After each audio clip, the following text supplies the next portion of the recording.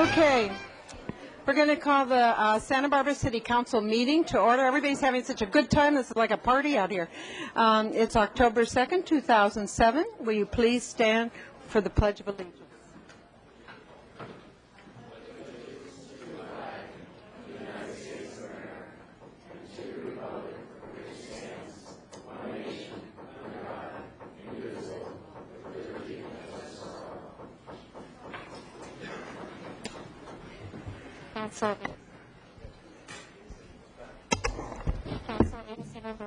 Here. Here. Here. Here. Here. Yeah, I don't think your mic's up.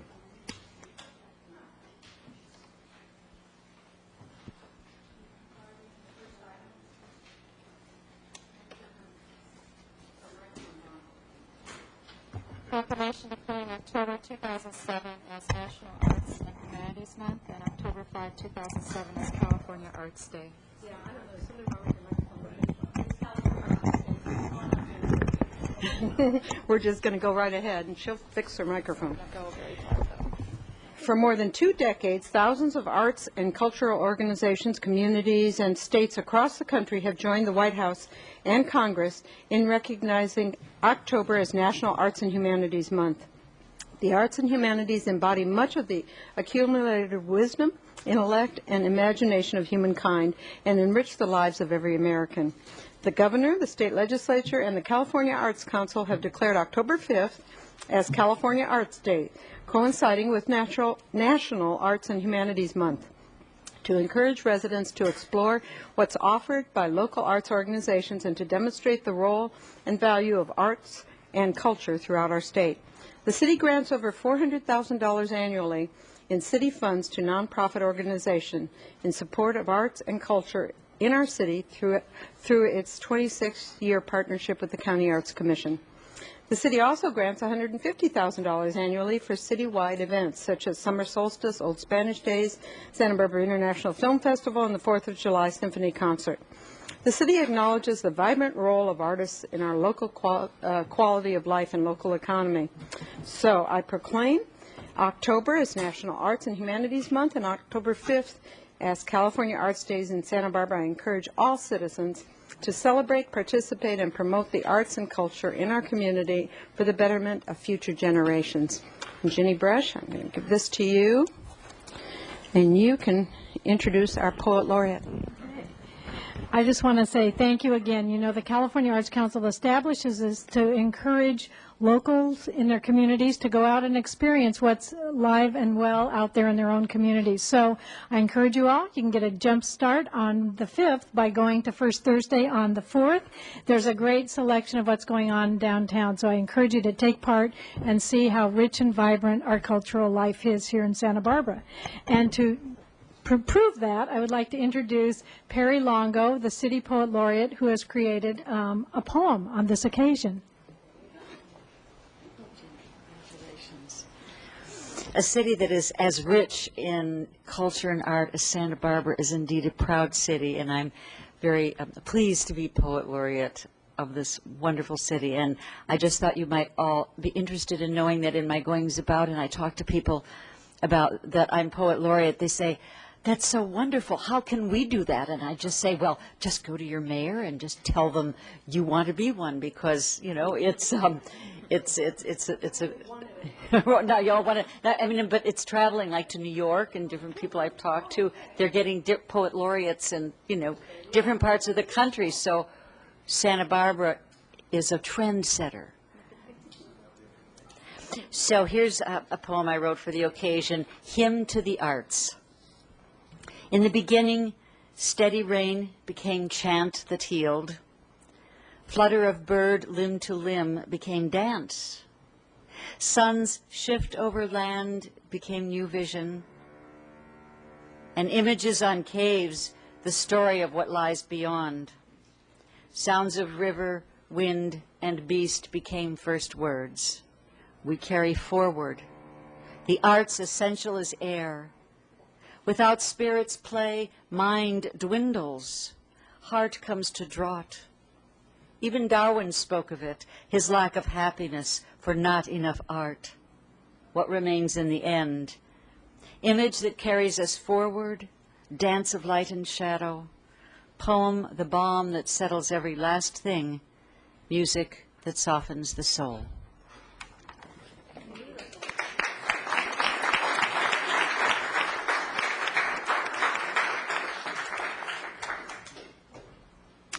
Item 2, Employee Recognition Service Award pins. The first two, for 30 years, Stan Thompson.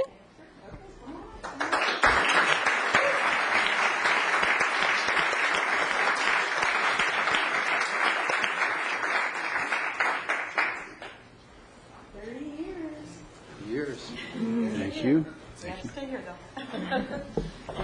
Stan started with the city on October 3rd, 1977, as a firefighter. He was promoted to captain in September 1998 and is currently assigned to Station 6 on the Mesa. His 30-year career has seen some of Santa Barbara's most devastating emergencies, including the Eagle Canyon, Painted Cave, and Zaca fires. During his career, Stan has left his indelible mark in several areas. Actively involved in the Firefighters Association, he has served on the board of directors and participated in the department's softball and basketball games. Stan's outside interests include surfing, snow skiing, and he's an avid freshwater fisherman. Stan has been a member of the Santa Barbara Board of Realtors. I didn't know that. I should have known that, huh? Very good. Santa Barbara Board of Realtors for 20 years, and he's also a licensed California insurance broker. Stan resides in Carpinteria with his wife of 22 years, Debbie.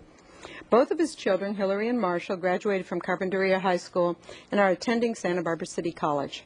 Throughout his career, Stan has placed a high importance on customer service, serving the citizens of and visitors to Santa Barbara for 30 years. Stan's wealth of knowledge, expertise, and his solution-oriented approach has enriched our fire department and our community. Stan, it's a great pleasure to honor and thank you today for your 30 years of experience with the City of Santa Barbara. Congratulations on your outstanding achievement. Very wonderful.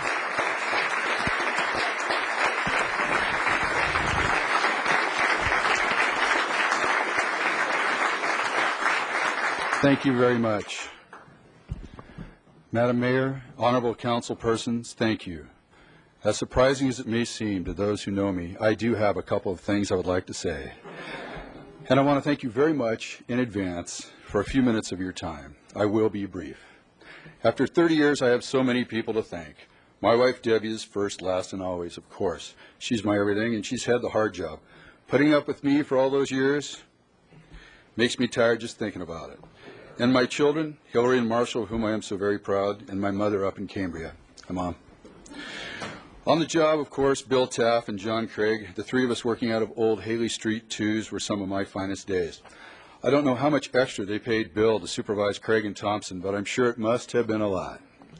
And Don Sturdivant, Pat McElroy, Bill Babich, Morty, Jan Rohrbeck, Brad Stevens, Roy Cloud and Brad Simon, Mike Hankins, Sarah and Daniel McCarter, Jim Bryden, Jim McCoy, Mike Moses, John Otsuki, Dean Sovies, Matt Gritt, Brendan Page, Ruth Mason, Debbie Southgate, and Chief Gloria. So many others, thank you. And then there's my personal role model and mentor, Richard Dickey Johnson, who showed me how the individual should deal with negativity in an institutional setting.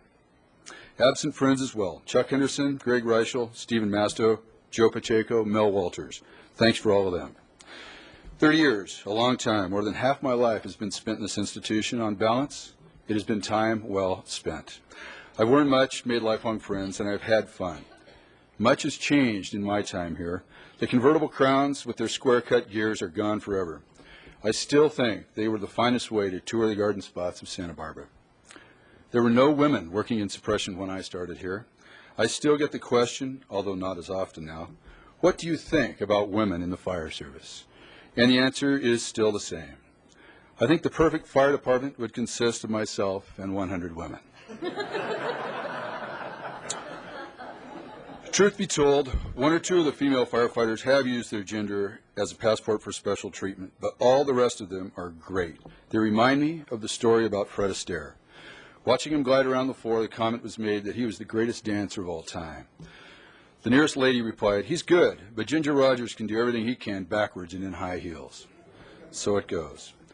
I care deeply about this place and the people in it, and in that spirit, I would like to offer 2 modest suggestions that I feel would improve an excellent fire department. For those of you keeping score, that's only 1 suggestion every 15 years. First, we have so many intelligent and talented fire department members waiting to move up when myself and the other wrinkled, sagging baby boomers move on. Care must be taken to provide a proper, objective promotional system based on a valid civil service test with job knowledge, experience, and measurable scoring on the test being the criteria for promotion.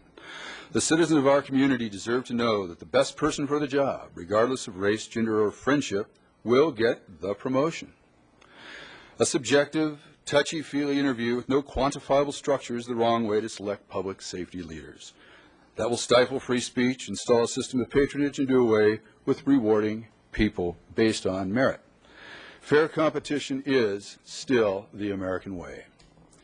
Secondly, just as we are seeing progress in light rail, environmental issues, and the traffic element by taking an enlightened regional approach, it's high time we applied those lessons to the fire service.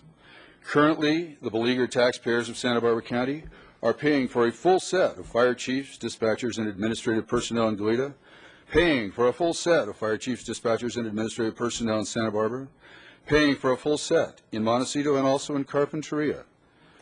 This expensive, needless duplication of services could be eliminated by creating a regional fire authority, improving service to the citizens, and saving millions of taxpayer dollars every fiscal year. We simply need the will to make this happen. The wrong approach is to have feel-good, grip-and-grin meetings in the public eye while running around in the background, digging moats and pulling up drawbridges to protect personal empires. Let's work together on this and save our bosses, the taxpayers, some of their hard-earned money. Well, those are my 2 suggestions for improving our excellent fire department.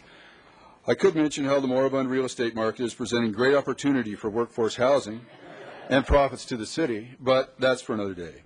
I've mentioned the past, I've touched on changes I'd like to see for the present, and I will conclude with a couple of thoughts on the future of good old SBFD. It will be a future that I will not long be a part of. Unlike my esteemed colleague and friend Bill Taft, I will not earn a 35-year pin. I guarantee you. But I care deeply about the future of this place, and am hoping it will be a future of continued excellence. Because although it reeks of cliché, it is true to say that our department stands at the crossroads.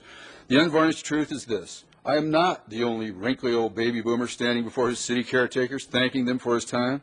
Up and down this fair state, 30 to 35 years ago, fire departments went from a 2-platoon to a 3-platoon model, meaning that today, fully 1/3 of these firefighters are preparing to leave the fire service. Even as our more experienced members retire, other city managers will be trying to hire away our excellent, young, smart, highly trained people to fill the needs of other cities. Soon, market forces will come into play because loyalty is a 2-way street. So without proper governance, we may shortly become the revolving door fire training service, filling the needs of others with our very best people. Or will we remain on top of our game where we are now, where our community deserves us to be? The decision is in your hands. Secure in my belief that the citizens of Santa Barbara require excellence in their essential services, I am hoping for a bright future. The City of Santa Barbara Fire Department has allowed me to be in the presence of great Americans, taking great risks together and doing great things, and for that I am very thankful. There are times in life to appreciate subtlety, shades of gray, and nuance. There are also times in life to appreciate straightforward resolve and actions that reveal character. For I believe in absolutes. I believe in right and wrong. And now is the time, the absolute right time, to support the fire department. If anyone gets confused, please ask any 5-year-old. Fire engines are red, and the people inside are the good guys. I've been in the audience many times as my friends have spoken about their years of service. They touch on a wide variety of subjects, but there's one common theme that always runs through their remarks, and that is the quality of the people with whom we serve. So I started thinking about what makes us different. After all, there are excellent people throughout the city in all departments. The police department, public works, harbor patrol, Matt and the other great mechanics, all the wonderful people at the library. Great people work throughout our city. So what is it that makes the men and women of the fire department just a bit different? I like to say that we are a culture complete and separate unto ourselves, existing in this strange, live together, work together biosphere that has its own rhythms and rituals, little understood by the outside world. But I think one of the main things that sets us apart is the way in which we, and we alone, view time and hence the world. For the vast majority of people, there's a warm and fuzzy veneer of normalcy that cloaks their existence. The days roll by in a predictable fashion, one much like the next. And unless they get some frightening news from a doctor or a loved one is involved in a tragedy, they remain in a comforting cocoon, secure in their worldview. We do not see the world that way.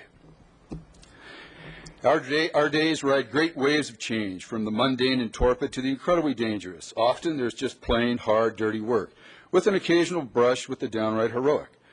I wouldn't change it for the world, but it has certainly changed me. Now I will spare you the graphic details of infant CPR, child suicide, and fatal car wrecks. But for us, the veneer of normalcy has been peeled back. Reality has intruded. Certain events brand a scar on your soul, never to be forgotten, and to revisit you in your dreams. You do your best and you move on, but the veneer of normalcy is warped, and it never fits quite the same again. You come away changed forever, knowing now that this gift of life we share is fleeting and fragile. It's serious business. Savor it, and never, ever take it for granted. I will indeed savor my short remaining time on the job. I will be diminished when I leave, for I hold this truth to be self-evident, that all men and women are created equal, but through hard work, training, courage, and the deep abiding belief in each other, the men and women of the Santa Barbara City Fire Department have proved themselves under fire to be a breed apart. They have no equals. Thank you. Goodbye.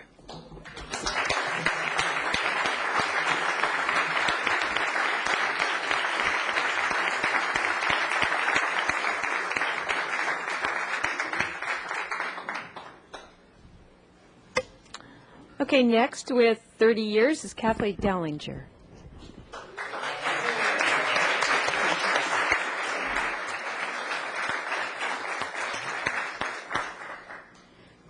Kathy began her career with the Santa Barbara Police Department when she was hired as a parking enforcement officer on October 18, 1977. She's worked as a parking enforcement officer throughout her long career with the police department. Parking enforcement officers individually issue about 10,000 citations a year. As one of the unit's highest producers, year in and year out, Kathy is estimated to have issued over 300,000 parking citations over the course of her career. Me, everybody. Okay. I think it's actually much higher, but we're going to go conservative here. Kathy participated in the police department's Spanish language immersion program and studied Spanish on her own. Through these efforts, she became proficient in Spanish, and she achieved bilingual certification. This made it possible for her to communicate in Spanish in the field and to assist our officers and other employees with translations. She was a long-term member of the Paul Torres Committee, which for many years has raised funds for city employees who are unable to work due to injury or catastrophic illness. She has served on the Police Department's Employee Advisory Committee also. She's an accomplished painter, and she shows her work annually in the City of Santa Barbara's Employee Art Show. Kathy has traveled extensively throughout the world and is preparing for a trip to Egypt in November. Kathy, you've been a dedicated and valuable member of the City of Santa Barbara, and it's an honor to recognize you for your 30 years of service, as well as to recognize your many personal and professional accomplishments. On behalf of the City Council and your fellow citizens, thank you and congratulations on this outstanding achievement. Thank you. You've got to get your pin. Thank you.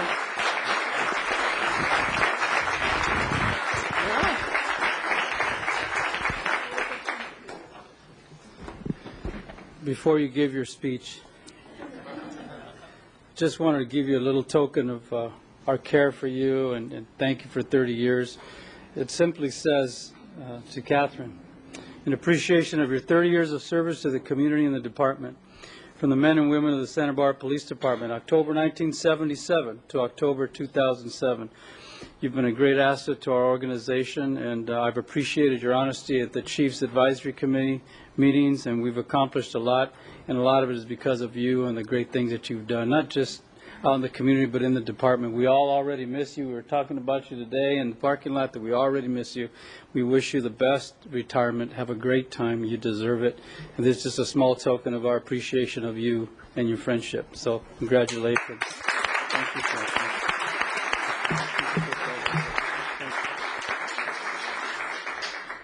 Well, I promise this actually will be brief. Yes, that is a bit of a dig. I never would have imagined 30 years ago that I would be standing here today. When I first took this job, I thought it would just last a year, and then I'd go on and do something else. But it was a good fit, and it's been a good ride, and I've worked with some wonderful people, and for them I have some advice. Put money in your deferred comp every pay period, no matter how little, and you'd be surprised what will happen. And it will be you here someday retiring at a very young 30 years on. Thank you so much.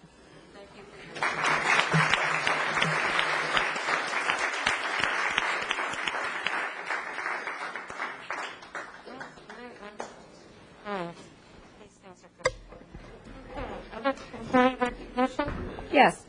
Madam Mayor, I'm happy to announce the other individuals that are being recognized this month. Domingo Cardonez, who's with Public Works for 25 years. Tammy Nelson in Administrative Services for 20 years. And others with 20 years. Stephen Robles in the Police Department. Juanita Smith at the Police Department. Dion Tate in Public Works. Jarrett Garcia at the airport. Greg Lowe, who's at the waterfront. For 15 years, Monica Bowman in the waterfront. And then for 10 years, Paul Casey in community development, Linda Dunn in community development, Ann Marks in fire, Winther Martinez in public works, and Ricardo Venegas in Parks and Recreation. And with 5 years, Katarina Carls in Administrative Services, Andy Allen at the Library, and Scott Jorgensen at Parks and Recreation. Any changes to the agenda? No, Madam Mayor. And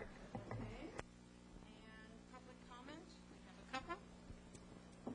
David Pritchett. David Pritchett, okay, followed by Ken Rock.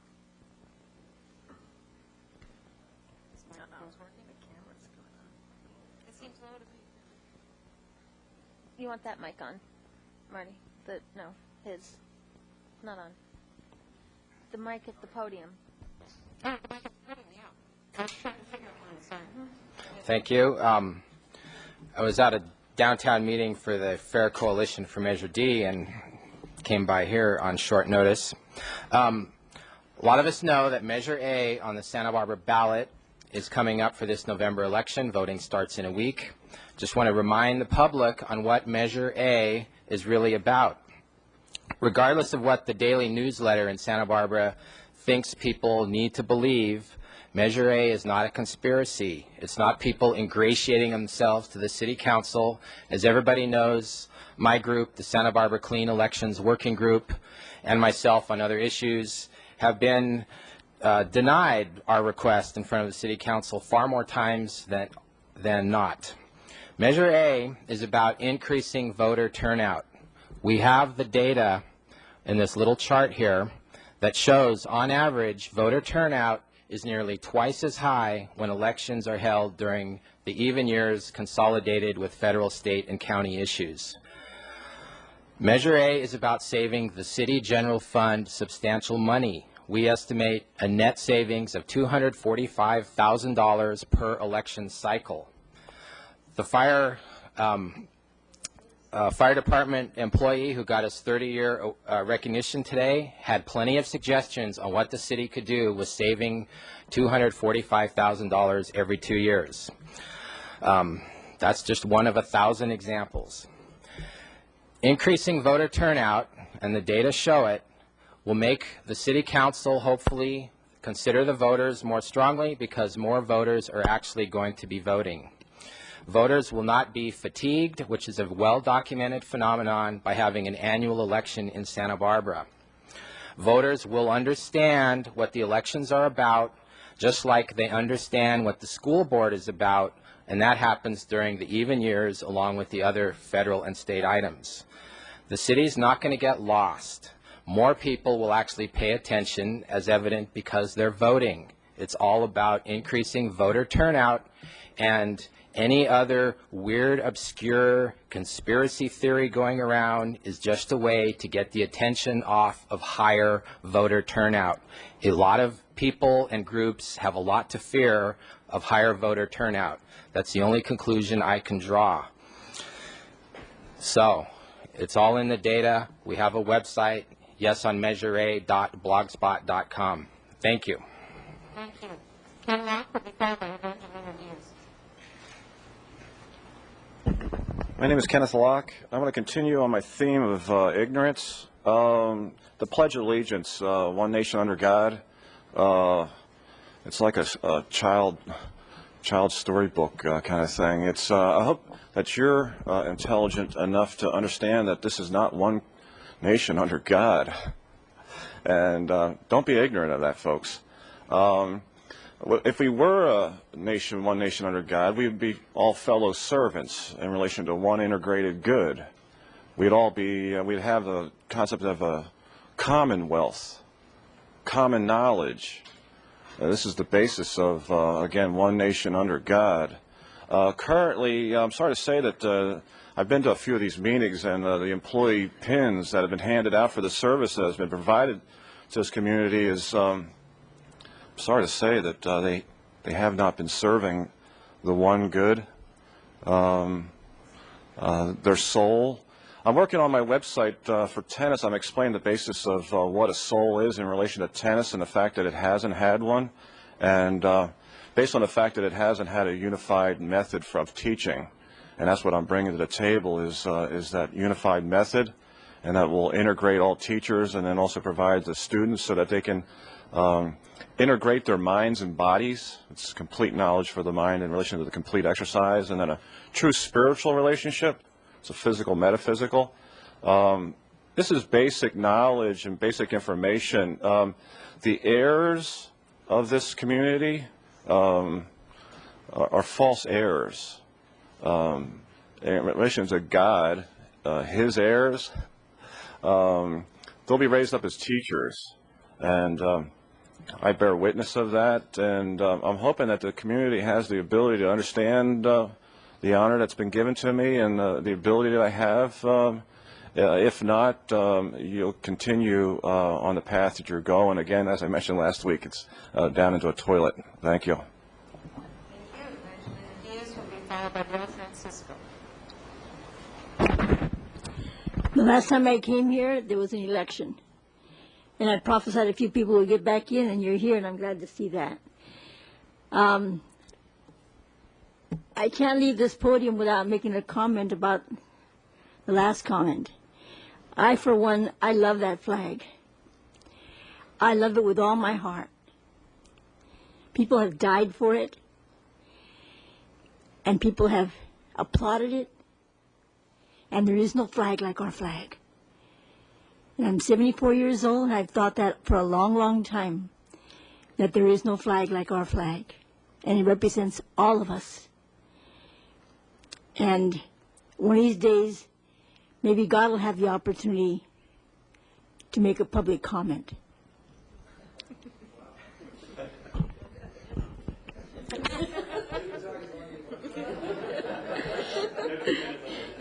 I got to tell you that, most of the time I go to meetings, I'm usually bawling out the people that are in front of me. It's so neat to come here and be refreshed because I got to see you guys. I'm short, and they never did fix this podium for Chicanos. Never have they ever done that. And then you get to the county man, and then you got to be on stilts to be able to say something. But anyway, I want to tell you how pleased I am that all of you serve our community. You are a blessing to us. I pray for you daily, and I know others do as well. And you're going to say, I know we need it. But it's just a matter of fact that we all need it. I was listening to all of those, what do they call them? Are they resolutions that you just gave out to all those beautiful people? That's wonderful. I was kind of caught back with the guy that was talking about his wrinkles. Man, I wanted to go hide in the bathroom. I haven't started even to count mine, but I came here especially for a couple of things, and one of them is to first of all acknowledge Mayor Marty Bloom.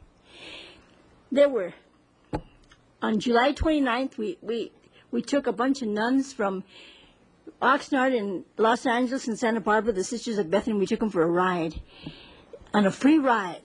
They had never been on a trolley before, neither have I, but they had never been on a trolley. We took them out to Moby Dick's and had lunch, and they also never had been to Moby Dick's. But our mayor came, and she gave out proclamations to each one of them, and I'm just so proud because they talk about that even now, Mayor.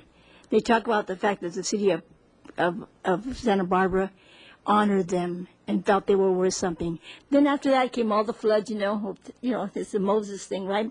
The flood came, and all of a sudden, you know, we found ourselves having to get into higher ground.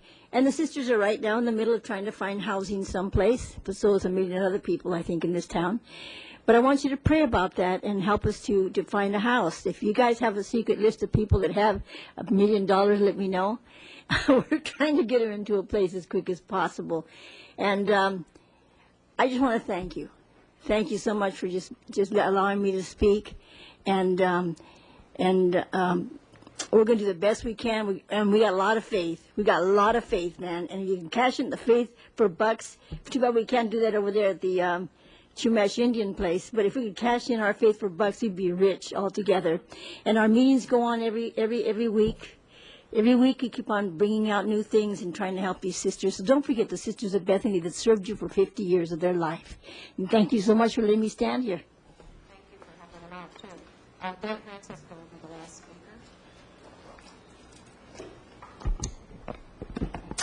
Madam Mayor, council members, my name is Dale Francisco.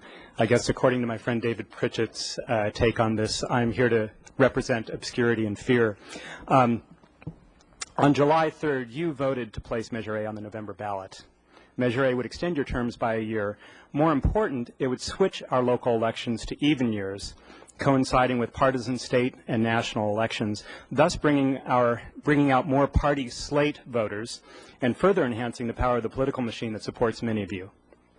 If Measure A passes, it will remove the last vestige of nonpartisanship from city elections. In the lengthy so-called impartial analysis of Measure A, drafted by your attorney, whose term in office would presumably be extended along with yours, your attorney claims that for the county to continue conducting our odd-year elections could cost up to $600,000 per election. This figure comes from one statement by one county official with no research or explanation to back it up. As you know, but as most voters do not, in October 2006, you took the county to court, claiming that the county was overcharging us for elections. The county billed the city about $300,000 for the 2003 election, and you said that was $100,000 too much. In other words, you're telling voters that elections could cost the highest amount you could get anyone at the county to guess. At the same time, you're suing the county for overbilling us. Unfortunately, all most voters will ever see is the propaganda figure of $600,000 in their voter pamphlets. They won't know what's going on behind the scenes. I've criticized this council before for accepting the glowing 100% positive reports you get from staff on projects that you want to approve. But by putting this kind of spin in the voter pamphlet, in the guise of impartial analysis, the city has now officially stepped into an ethics-free zone. Thank you.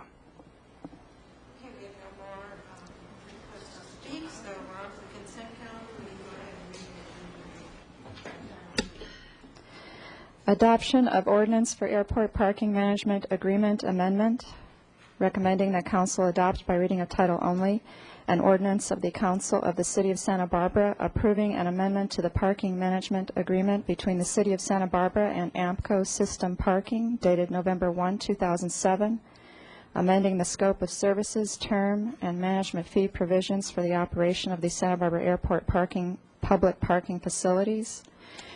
Item 4, adoption of ordinance for amendment to airport agreement with the Goleta Sanitary District, recommending that council adopt by reading of title only an ordinance of the Council of the City of Santa Barbara approving the third amendment to agreement for expansion of the Goleta Sanitary District sewage disposal treatment plant facilities between the Goleta Sanitary District, the City of Santa Barbara, the Goleta West Sanitary District, the University of California, Santa Barbara, and the County of Santa Barbara to upgrade the plant pursuant to the settlement agreement and the allocation of costs for the project. Item 5, adoption of ordinance for quitclaim of a narrow strip of land to the City of Carpinteria, recommending that council adopt by reading of title only an ordinance of the council of the city of Santa Barbara approving a quitclaim to the city of Carpinteria of a variable width narrow strip of land to correct survey and description errors and omissions caused by old surveys of land within and adjacent to the area now containing the Kramer Tract, located between Highway 101 and Carpinteria Avenue, now being portions of Santa Barbara County Assessor's Parcel Numbers 004-036-005, 6, 7, 8, 9, 10, and 11, releasing any claim by the City of Santa Barbara to said strip of land and authorizing the execution of a quitclaim deed to the City of Carpinteria by the City Administrator.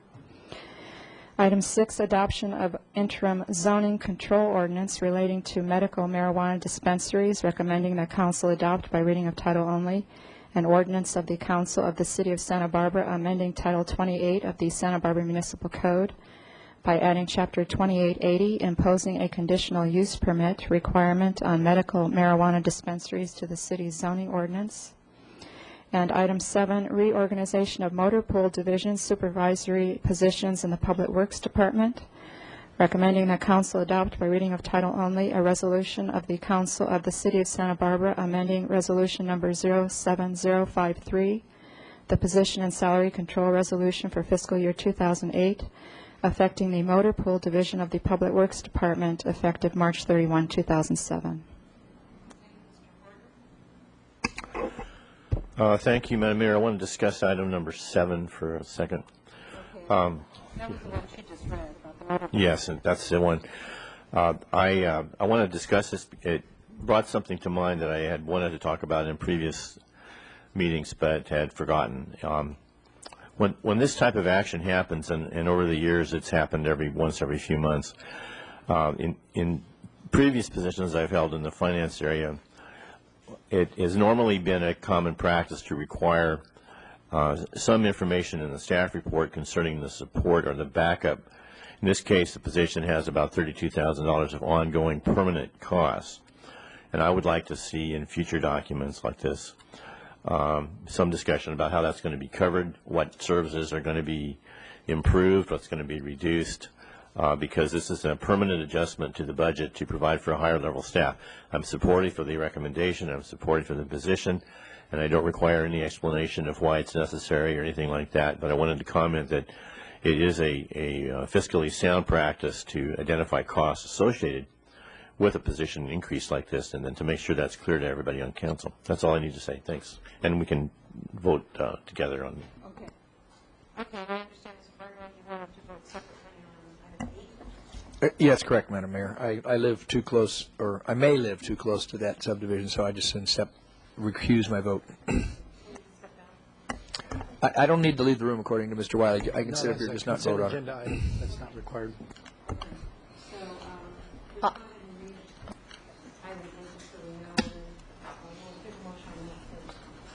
Item 8, approval of map and execution of agreements for 2028 Castillo Street. Move item 8. All those in favor, please say Aye. Aye. Abstain. Excuse me, abstain. Move the consent calendar minus item 8. The rest of the consent without item 8. All those in favor, please say aye. Aye. Opposed? And no abstentions. Okay. Now we are on to report from the Finance Committee. No, from the Ordinance Committee. Thank you, Madam Mayor. The Ordinance Committee met today at 12 o'clock in the Gephardt Room, actually, to discuss proposed zoning ordinance amendments, the likes of which encompassed yards, alleys, streets, private streets, driveways, front yard and corner lots setbacks. And we moved staff recommendation after a very long and interesting, I think, fruitful discussion with the public, and you will see that in the not-too-distant future. Although staff may choose, we took the recommendations in 2 parts, and staff may choose to wait until we have discussed the second part and moved on the second part before bringing the entire package to the council. I think that's probably their preferred methodology.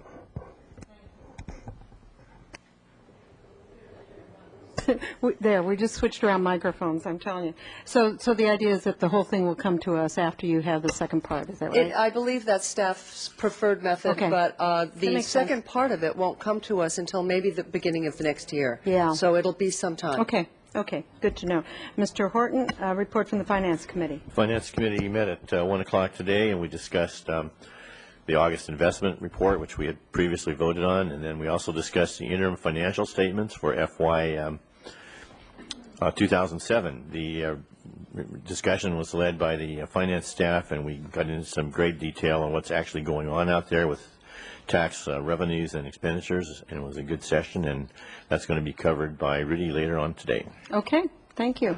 Good. Item 13, please. Plaza Granada design contract.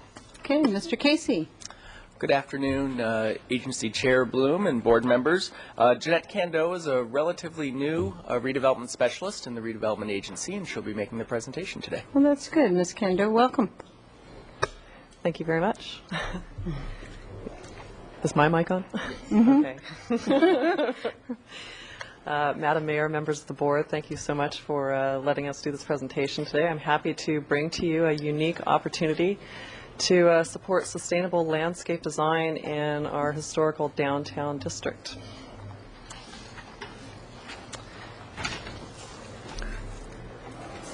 So the area that I'm going to be speaking about today, we're referring to it as Plaza Granada. And what it is about 3,000 square feet of open space on Anapamu Street, East Anapamu, between Anacapa and State Street.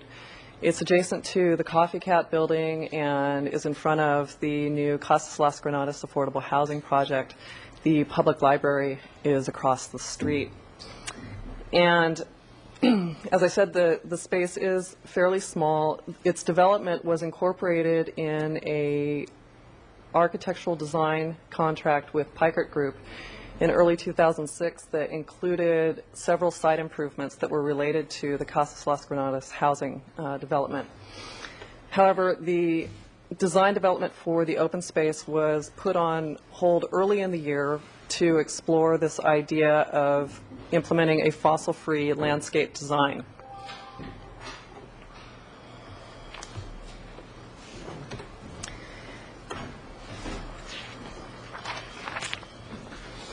So to give a little context here, you can see the picture on the left is the current Casas Las Granadas housing, and the picture on the right is looking from the grand stairway down into the open space, just to give sort of context for the size and scale of the space. So what fossil-free landscape design is a new and innovative approach to developing outdoor spaces. It has many of the same ideas and goals of sustainable landscape design, but it pushes it to a new level. And it was brought to us by a group of local landscape design leaders. And Owen Dell of County Landscape was key in bringing this proposal forward. The basic tenets of sustainable landscape design are fairly untested, and they could include everything from transporting construction materials to the site without the use of fossil fuels and using hand tools to maintain and install the construction materials. So in April of 2006, on agency land at 125 State Street, the Fossil Free Group did a design charrette to solicit ideas from the community as to how to do a fossil-free installation at that location. And that was sort of where the conversation started with that group. Since then, the city has been in conversation with the group as to where to do an actual installation of this concept.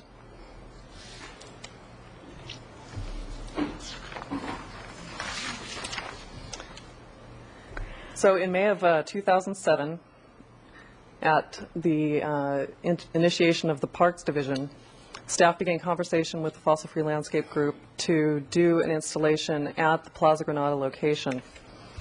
It would be a first of its kind public space built and maintained without the use of fossil fuels. And the landscape group was invited to present a conceptual design and outline an approach as to how this would be implemented. As I've mentioned before, this is a very innovative and new concept. A lot of the logistics and details of how this would actually be implemented have not yet been worked out. There is also a great deal of time sensitivity related to this location. Construction activity has been occurring in the area since since fall of 2004, including the Granada Garage, the Granada Theater, and Casas Las Granadas. Thank you very much. So there's a desire to wrap up the construction in this area. Casas Las Granadas will be open for residency. It's scheduled for January of next year, and we definitely have a desire to not prolong the construction in the area. So because of that, the details of doing a fossil-free project were not insurmountable, but just given the time constraints of the site, it was just decided not to be the best approach to install there. So as a result, as staff, we were looking at how to take advantage of this unique opportunity to promote sustainability within the city, but also be sensitive to what the requirements of the site were. As a result, we invited County Landscape to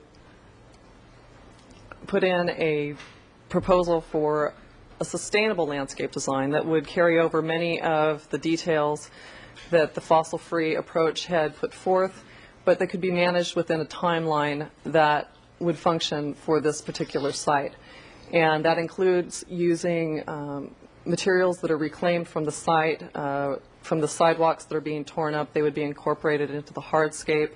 The plantings would be native, and they would be done in a density that would require low maintenance and low water use.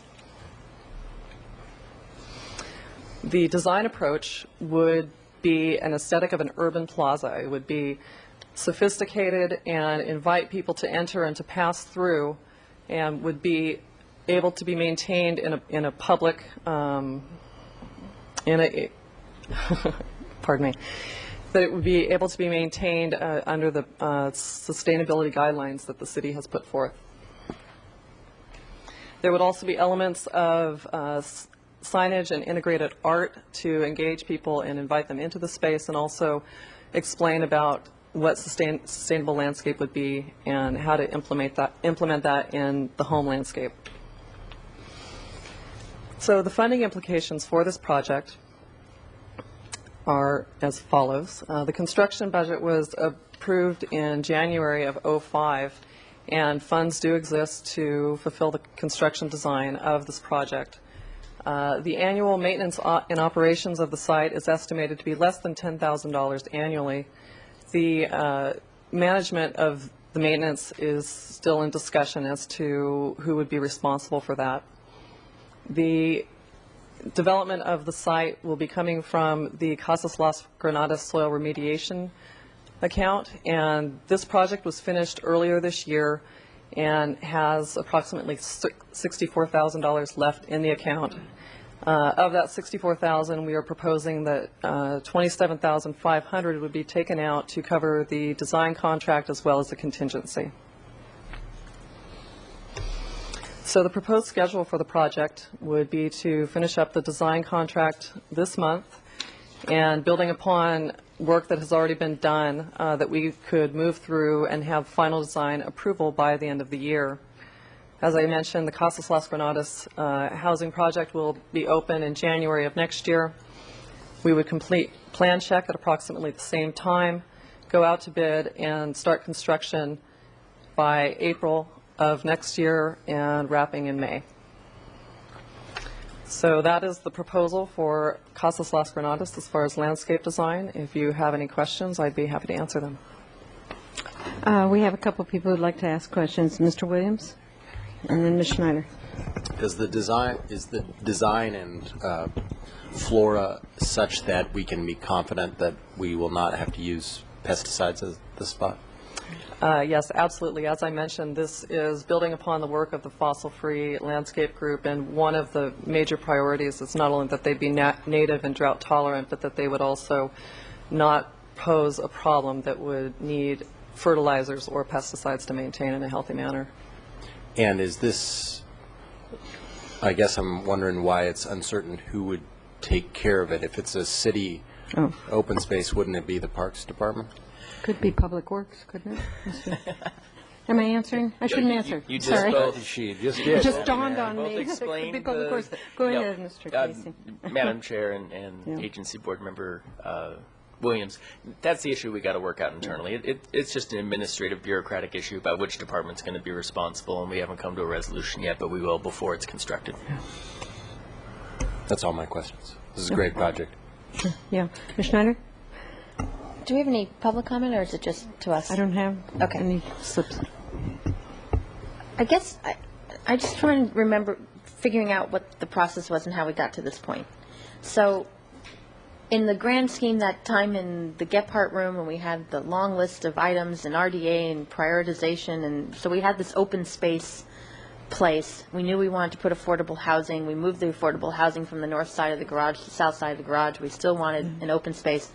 I always remembered that as being a public art space, which is not quite what this is. So how did we get from there to here, I guess, is my first question. Just Mr. Casey?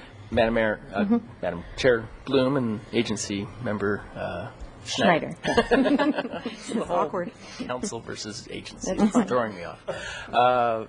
There's a long history on this site. This site was looked at also as a children's museum site. We did a request for proposals and took interest for any number of uses, and the Children's Museum was pursued at one point. The Contemporary Arts Forum has looked at this site for a structure as well, kind of in keeping with the arts component.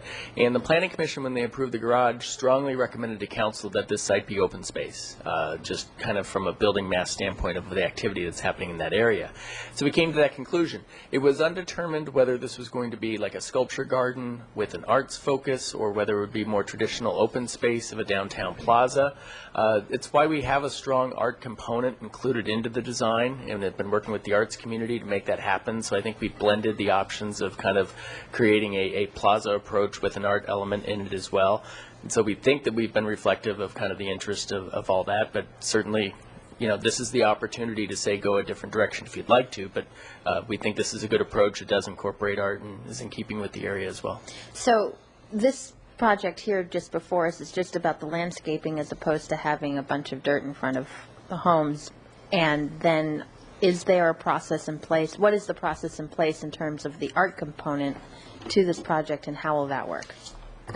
Madam Chair, Agency Board Member Schneider, we do have a process that we're currently working on to include art. Not only do we have artistic elements in the actual landscape design, a number of things that will, it's not just landscaping, there are artistic elements that will be included, but we're also working with Ginny Brush and her staff to develop more substantial art component to the project, whether that involves a piece, a number of pieces. That's something that we're working on with her and her staff to develop. We are obviously in a time constraint, so we're running those on separate yet kind of parallel timelines. We want the construction to move forward, and as we move forward with that, we'll be working on the art component to find a place and move from there. So to all be integrated, the project could likely be done and constructed, and we're still working on exactly where to and what to put in a certain space, but we are working on the art component, a separate art component. Stay with the theme of fossil-free somehow, and we're not going to put an oil well on the artistic oil well on the, I don't know.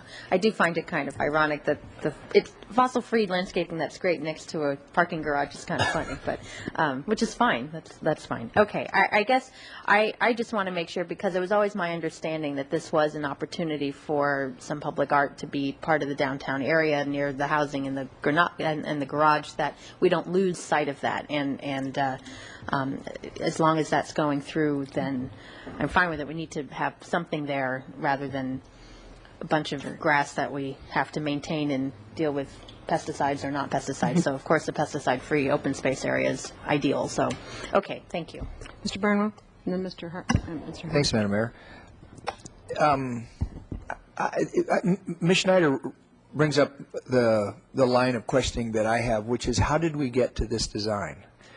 And how did this design, or did this design, include discussions of, let's just say, underground electrical for lighting, additional footings for sculptures to be attached to the ground, those kinds of things? How have we come to this without having done that? Period. End of her question mark. Question mark, excuse me. Madam Chair, Agency Board Member Barnwell, these are just the renderings, so we're at even the pre-conceptual level, if you will. So we are still working on. These are just some ideas that have been proposed, general outlines and things like that. So as part of that art process and as part of this design process, we're going to be looking at spaces, appropriate spaces to put in art installations, whether it's of the State Street model where it's a space where you can bolt into the ground. I think we're looking at more of a permanent structure, so we're trying to find a location for that. So it's all part of the development of the design where that will be incorporated, and we're working with Ginny Brush and her folks, as well as obviously Mr. Dell and his folks to make that happen. And to what degree do we work with Parks and Rec and HLC? That's a good question. Madam Mayor and Councilmember Barnwell, it certainly goes to HLC for approval, and so we'll have that review process as well. And the Parks Department is involved in the design and planning of this. They're the ones who actually suggested this approach for this spot that we were being. Well, I know Mr. House sat with me on the Planning Commission from the very first iterations of trying to get housing at the Granada Garage, and the first blush where staff from a department not here, but another department, dug their heels in and said, this is our land, not General City, you do whatever you want with it. It is our land because it is a parking lot. And we fought tooth and nail to get them to recognize that, no, indeed, it was land for the city to use in a variety of ways. So we came in on the housing issue, and we got the housing. But another very important component of it was the discussion of this open space, where I learned a lot from Mr. Wiley on the difference between, quote, open space, which is really an undefined concept, it's just what we all say, but it doesn't mean anything, versus parkland. And the discussion of the greenery and, quote, open space at the courthouse, and the greenery and open space in front of the Faulkner Gallery and the library, and then this greenery and open space. There's only one that's preserved in forever as open space, and that's the courthouse stuff. The stuff in front of the library, if we wanted to add to the library, there's nothing to say that we couldn't bring the library building out and gobble up that green space. So it isn't really a protected open space environment for downtown, nor is this. And I bring this up again because it seems to me that it's important that it should be. That we've got the housing, we've got the parking, and so in the parallel discussion, my own request, and I don't know if I get any support from my colleagues here, is to preserve this space for open space from now on, so that no other encroachments in terms of buildings or anything can take place on it. And I know that that's a legal discussion, but I think it's going to become important in 30 or 40 or 50 years that this just be there, like the Lockwood DeForest corner, etc. But I also would like to say that I think Ms. Schneider, I don't know if this was her opinion, but to expand on her opinion, I think a revolving art display would be another very interesting and possibly important component to this, as well as a standing and permanent art display. So I'm in hopes, and then the lighting also. The lighting is huge, as we know from the courthouse. When we got all that great lighting up there, it just changed the way we look at the building. So I would hope that those things would be in this discussion. And then I also want to say how pleased I am that we're actually at this point. I remember City Council saying no way to the housing, and then changing and coming back and saying yes way. And then the Children's Museum went away, and now I think we have something that is going to be very beautiful for downtown. And I thank you all very much for the work you put into it. I really look forward to it. Thank you, Madam Mayor. Mr. House. It is pretty wonderful to look at the images of the homes that are there now, and the opportunity that we have, and when you showed your very first slide, and I recognized that that is actually a picture of what's there. You know, they're actually there now, and you know, was in the germ of an idea, and it's just absolutely fantastic. And I just can't wait till the people are inhabiting those and just really, you know, making it home. And so, with that in mind, obviously, this is their front yard, and it's our front yard too. It's the community's, and so in my mind, it's been, I've seen it morph, if you will, into truly a public space, a public park. And the word park may have some legal definition, but I think that it goes more to the kind of use that's going to be there than even just open space in a sense. Park is something that has, you know, is revered in Santa Barbara and cared for in a certain way, and has you know, and in fact, in this particular environment, one of the things we have to be careful of is that if it's a static kind of park environment, it could become an attractive nuisance, which we know that can happen if it's not designed properly. So the idea of there being activity and a changeable, you know, the art scene makes a great deal of sense if there can be that kind of vibrance and vitality during the day, appropriate lighting at night, good some sort of security and sense of patrol is aware of what's going on there. It's easily visible, but these are their homes right there, so we need to be very mindful of that. So those are my 2 cents on that. But I'd like to hear from Mr. Dell, our garden wise guy in residence here today, and I'd like to hear him talk to us a little bit about the sustainability of this concept and how perhaps over time, perhaps it's not going to be the exact perfect 100% fossil-free deal that he was hopeful for in the very beginning, but that that with what we have now, we can start with this and maybe improve. So perhaps he'd like to take a moment and just address us. I'd really always like seeing you on TV because you're so absolutely silly, and you're an amazing, an amazing intellect as well. And He might say the same, Mr. House. Well, and he's proud of that. He's proud of that. He hangs out with some pretty silly people too, I have to admit. But anyway, Mr. Dell, really thank you very much for your contribution to this project. I'd really like to hear from you. Thank you. Good afternoon, everyone. I was just thinking as you're all talking that this is really a pride and joy project for us, and I'm teaming with 2 other landscape architects, Stacy Isaac and Meg Tibbetts, very talented young people, and we're just really excited about this project. It's public. It is, in fact, everyone's backyard, and we, of course, had hoped to do this full-blown fossil-free approach, and I was looking forward to driving my team of horses down State Street with hand-hewn sandstone pavers in the back. And maybe someday that will happen somewhere in this city. If it does, then we will truly be on the forefront of sustainable horticulture. For now, we have, as so often happens, a compromise. But I think it's a really great compromise because we're going to go out to the edges of sustainability to the degree that this is practical. Native plants, sustainable paving materials and other building materials as much as possible. And I want to say the word sustainable is abused by so many of us, including myself. It's a very long, I have a very long story behind my opinion, but I think we're getting better all the time. I'll put it that way. Is it truly sustainable? Could we continue to do these forever with no impact to the earth? Of course not. But we keep trying to improve. We would like to see this be of value to the environment as well as to the community.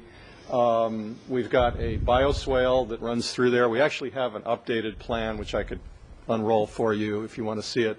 It's basically a refinement of this. You can see the little creek bed through there. That will actually take site water and drive it down into the ground, keep it on site so that we have a watershed-friendly landscape. One day we would like to hopefully have some cisterns, capture rainwater, and use it to irrigate. In the meantime, we have all native plants which require minimal irrigation once they're established. What else do we have here? Energy efficient lighting. We're planning to use some LED lighting, which uses, I think, a tenth of the energy of conventional lighting. Our walls will be layered. We've gone through a number of different thoughts on how to do the walls, which are 18-inch to 3-foot walls. And our current idea is to have layered concrete in different colors with some strata so it looks somewhat geological. We'd probably go with a high fly ash concrete, which incorporates a waste material into the concrete. So those are a few things off the top of my head. And we're really very, very open and interested in everyone's feedback to make this something that hopefully will really make a splash in the landscape architecture world, in the environmental world, as well as the design world and our own community. So if you have any ideas, this is the time to get in touch with me, and we'll take a look at it. I hope that answers your question. That's great, Owen. Thank you very, very much. I really appreciate that. And I'm going to chip in here. I really do think that, now, Ms. Schneider and I saw the use of cisterns in Chicago on the side of a large structure, and it was amazing. And it wasn't just that way when they first built it. They added them on later, and they were very interesting parts of the architecture added on. But then they provided a tremendous amount of just exactly what was needed to keep the plants alive around there. And the use of the concrete the way that you're talking about. So maybe there's to be constrained with the compromise right now, but to make sure that the ideas that you have are on the table so that we could look forward to possibly implementing other parts of it over some period of time. I think this is just what Mr. Barnwell and I are talking about. You get the dream out there, and then it has a chance of becoming true.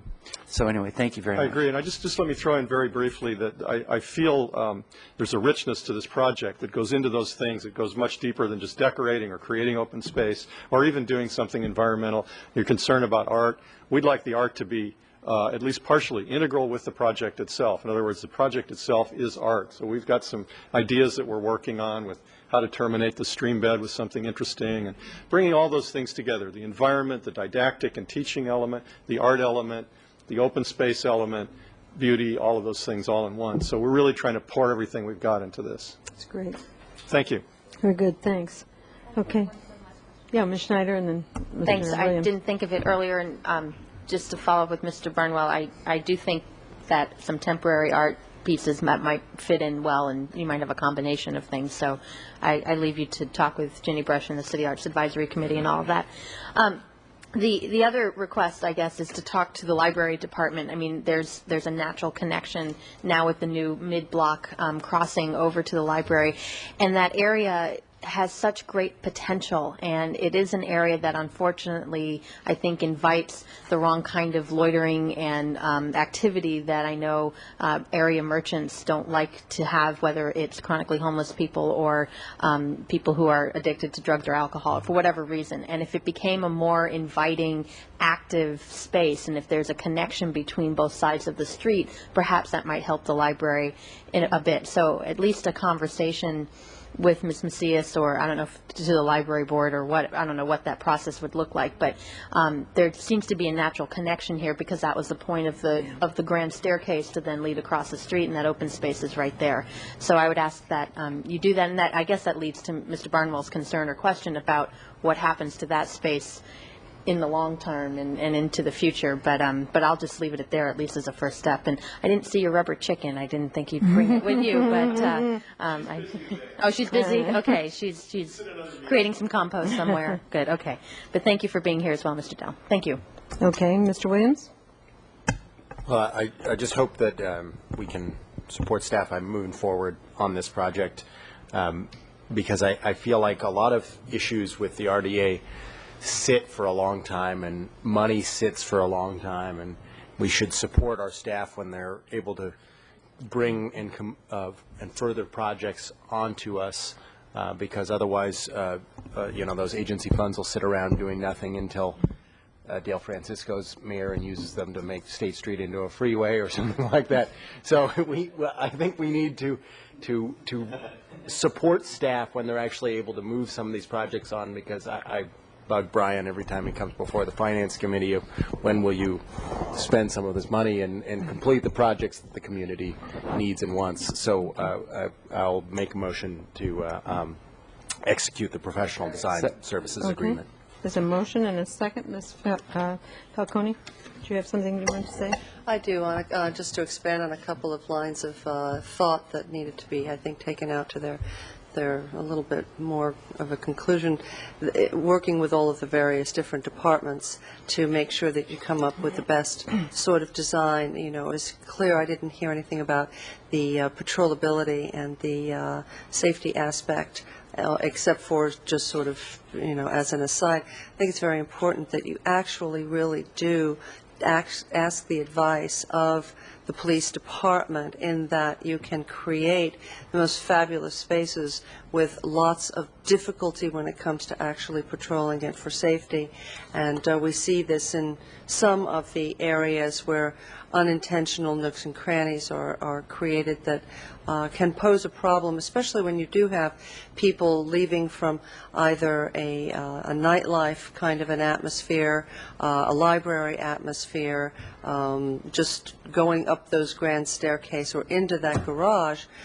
There are opportunities that we just don't want to see enhanced. So if you could actually reach out to the folks over there at the PD, I know they have some very concrete suggestions about why certain aspects of a design cause them a lot more problem than other aspects, and that you can do great things, but the coordination at this ground level is key. So thank you, and thanks for all your work and all your imagination to it. Thanks a lot. Thank you. We have a motion and second. All those in favor, please stand. Madam Mayor, just one clarification. We had a lot of feedback, which we understand, and we will follow up on. The one that was discussed a little bit but not resolved was the long-term, should this be more of a public park? And in that regard, if you wanted to go that way, you can. I talked to Mr. Wiley briefly. We think you can do that by resolution at a later point.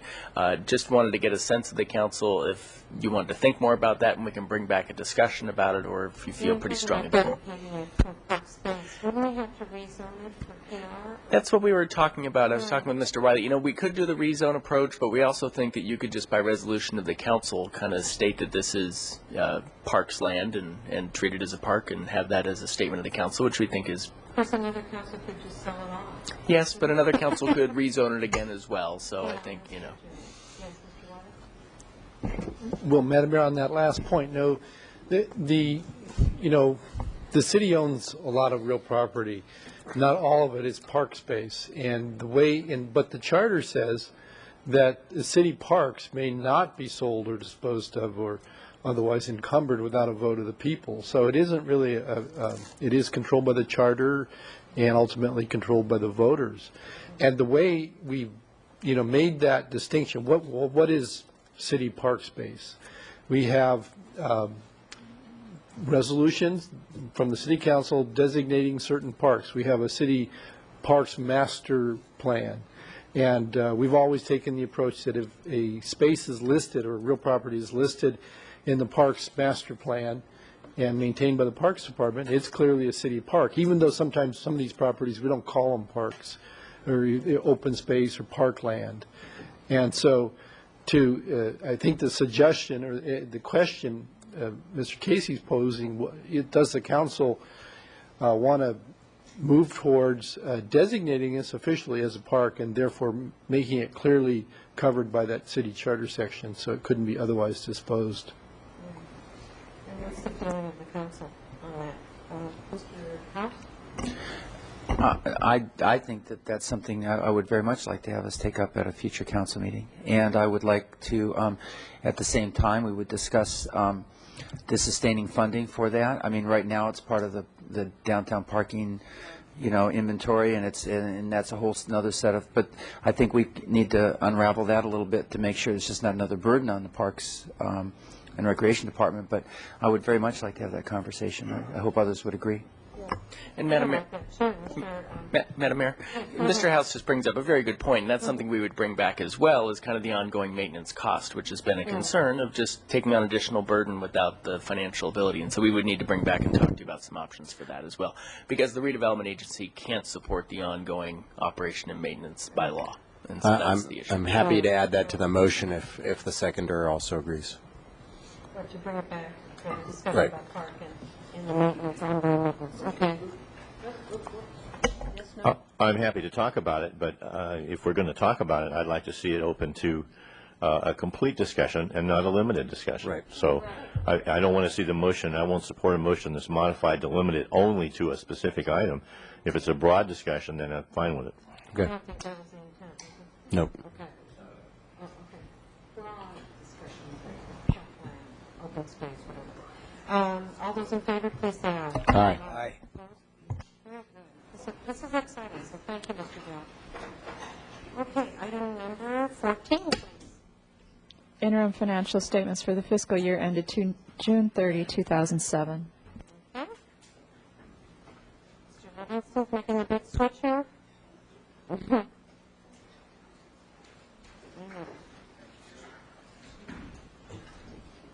Take your time. This was the only thing we have left down here, so we're doing fine. I think this is the first time I've been the last on this agenda. I know. We're going to pay for this later, you know. We have a very short agenda, and next week's the tough one, and so the week after I look at it. That's okay. Okay, Mr. Livingston.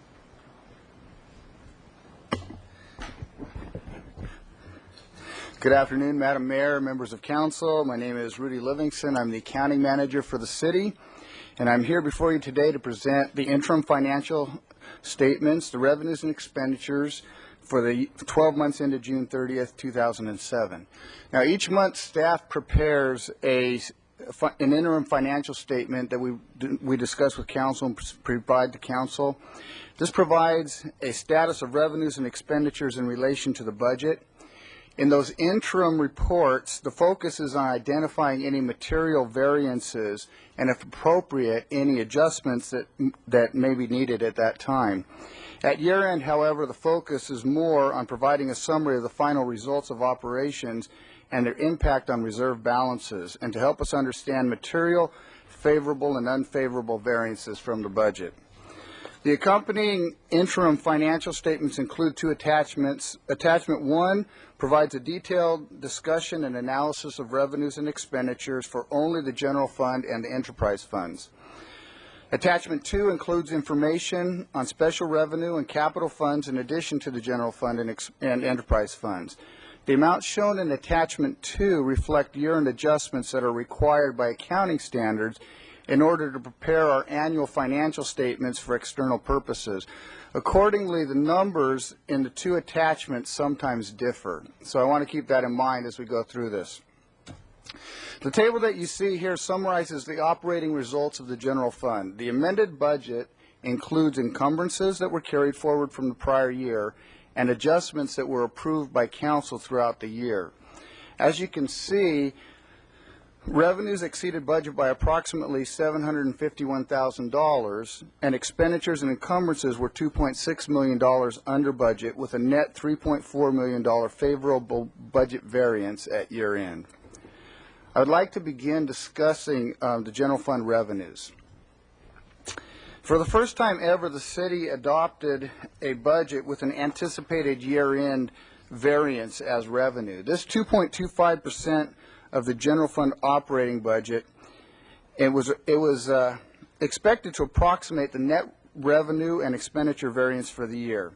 Because this has the effect of distorting the comparison between budget and actual revenues, we have separated this from the actual revenues on the table that you see up on the slide there. Excluding the budgeted year-end variance, revenues ended the year almost $751,000 above budget. As shown in the table, if we consider the anticipated year-end variance, revenues would be $1.5 million under budget. The general fund received $100 million in revenues this fiscal year. As a whole, tax revenues were approximately $314,000 over budget, and other revenues were almost $437,000 over budget. Sales tax revenues were slightly more than $664,000 under budget, however, for the year. Growth in sales tax revenues was basically flat in the first part of the year. It accelerated slightly towards the end of the fiscal year, but not enough to overcome the hole that we were in at the beginning. Property tax revenues exceeded budget by approximately $451,000 during the year. A significant portion of the property tax growth over the past few years has been due to supplemental property tax revenues, but growth in this area actually decreased by over 30% during this fiscal year.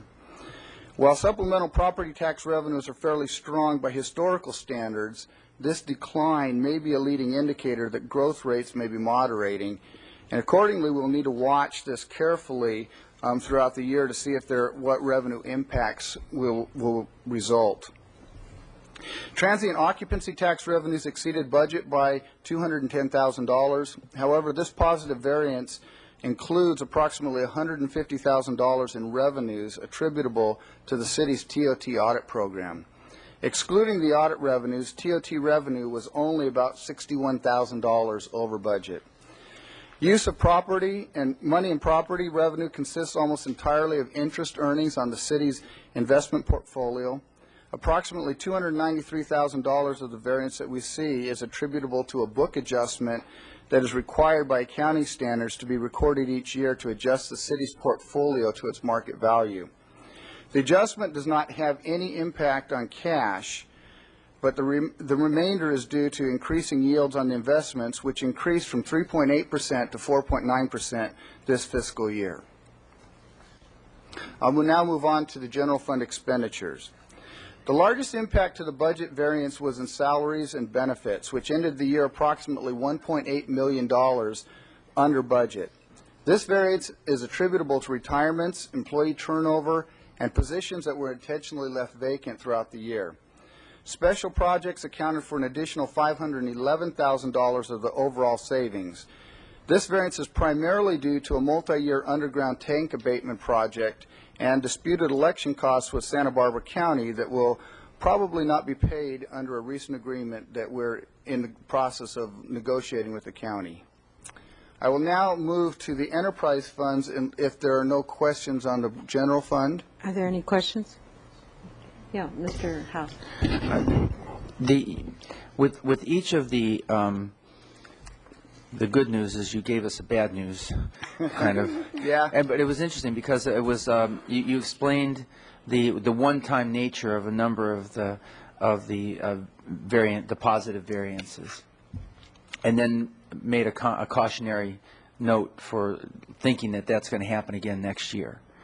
And so if we had not had those one-time bumps, up, if you will, then how far, I'm trying to understand where I would look to see the difference in terms of where we really did stand. Did we just break even? Is that really the news, or did we do better than that? Or well, I'm trying to think. I'm trying to use this as little as a person can, of course, to look forward. Yes. But if we have a softening property tax increment, we've got the issue. Got the issue with the TOT being a little on the edge, and there was that one nice, healthy audit opportunity. So, I mean, where did we end up then? In that case, are we? Well, it looks like $3 million and something at first, obviously right? you have to take out that $150,000 roughly off the top on the TOT revenue. There are a few other one-time items in there, but for the most part, these are we can't. There are a lot of little things in there. With regard to the supplemental property taxes, that's the first year assessment when a property changes hands or when it is reassessed due to improvements, and that actually coming out of Proposition 13 protection for and that rolls into the property tax base. I see. So that is actually an ongoing thing, but that supplemental, that for the next year, we're not sure what that will happen. Obviously, if properties aren't changing hands very often, that will be affected. That would affect the rate of increase. Yeah, I mean, it's an interesting situation here because due to Proposition 13, there are some very valuable properties that are assessed at a relatively low rate because they have been owned continuously since Proposition 13 was enacted. And as those properties change hands, obviously the bump's a little bit bigger than some that have been changed hands several times during the year. So it's hard to actually make that evaluation of where that's going to go. Okay, so let's see. Here's what I get out of what you just said. That is that this year and next year and other years in the future, we're going to have this gray zone where it's sort of the unpredictable part of it. We're going to do our darndest to manage and predict, and we've got a certain degree of certainty. And what you're describing to us is this year's degree of uncertainty. And we should be planning on that there'll be uncertainty in the future. Hopefully it'll be to our benefit, but we just can't count on it. That's a fair assessment, yes, with regard to that supplemental property taxes and other things going on. Okay. We do have the TOT audit program continuing on, so hopefully we'll generate some additional revenue. Actually, we hope that we would never have an assessment because that would mean that everybody is paying their TOT taxes the way that they should. But that's not always the case. And so that program is out there continuing, so who knows what will happen with that. Right. But that is strictly one-time money because once we get them current, a lot of that assessment relates to prior years. Once we get them current, they're still going to be paying their ongoing TOT. Okay. And then the other thing, the related other thing was in the past, you told us we have not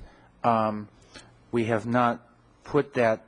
Not the variance isn't the right word. That $2.25 million amount, the variance. Yes. We have we've noticed it kind of at the end of the day, but we've not planned for it. This is the first time that you're showing that as one of the items in which you're reporting to council. That's correct. Okay. Thank you very much. Okay, Mr. Williams, or I'm sorry, Ms. Schneider. Just to highlight what we also talked about in finance in terms of what the plan, in terms of use of reserves, because I know that comes up a lot. In the amended budget, the use of reserves was $6.4 million that we were supposed to use, but we actually ended up using $3.1 million. So we used almost half of the reserves that we thought we would, which is a good thing. So I just wanted to underline that in the general fund budget. Yes, and Mr. Pearson is going to discuss that briefly at the end of my comments. Okay, the go effect ahead. on reserves. Go ahead. Okay. So we'll move to the enterprise fund revenues. The table that you see here represents the revenue for each of the enterprise funds in comparison to the annual budget and also prior year revenues. Revenues in the water, airport, and waterfront funds finished the year ahead of budget, while downtown parking and golf fund revenues did not meet budget. The water fund revenues ended the year about $1.6 million ahead of the budget due to three primary factors. First of all, metered water sales were approximately $674,000 ahead of budget. Secondly, the Cater JPA treatment charges that we received were $492,000 above budget, and investment revenue was $492,000 over budget. Due to the increasing in the investment yields that we talked about. The extremely dry weather conditions that we have had over the past year have caused higher water consumption than what we had planned, and this consumption is the primary reason for that variance in the metered water sales. The Cater treatment charges include reimbursement from the Carpinteria Water District for its share of debt service on state loans that were taken out to upgrade the treatment system. The required interest payments on those loans were higher than we anticipated when the budget was prepared, and accordingly, the Carpinteria Water District was billed for its share, which resulted in a positive variance in that area. The downtown parking fund revenues were approximately $411,000 under budget, and this is primarily due to lot occupancy rates that were not at the levels that were anticipated when the budget was put together. I don't have any other comments on the revenues, and I'll move to the enterprise fund expenditures unless there's a question on those. Are there any questions on that? Okay, thank you.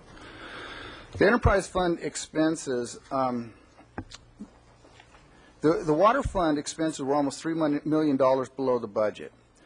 The debt service on principal payments to the state for these loans that I discussed on the Cater treatment plant, those loans, during the construction phase, we pay interest only on those loans. But once the project is complete, we have to pay principal payments on that.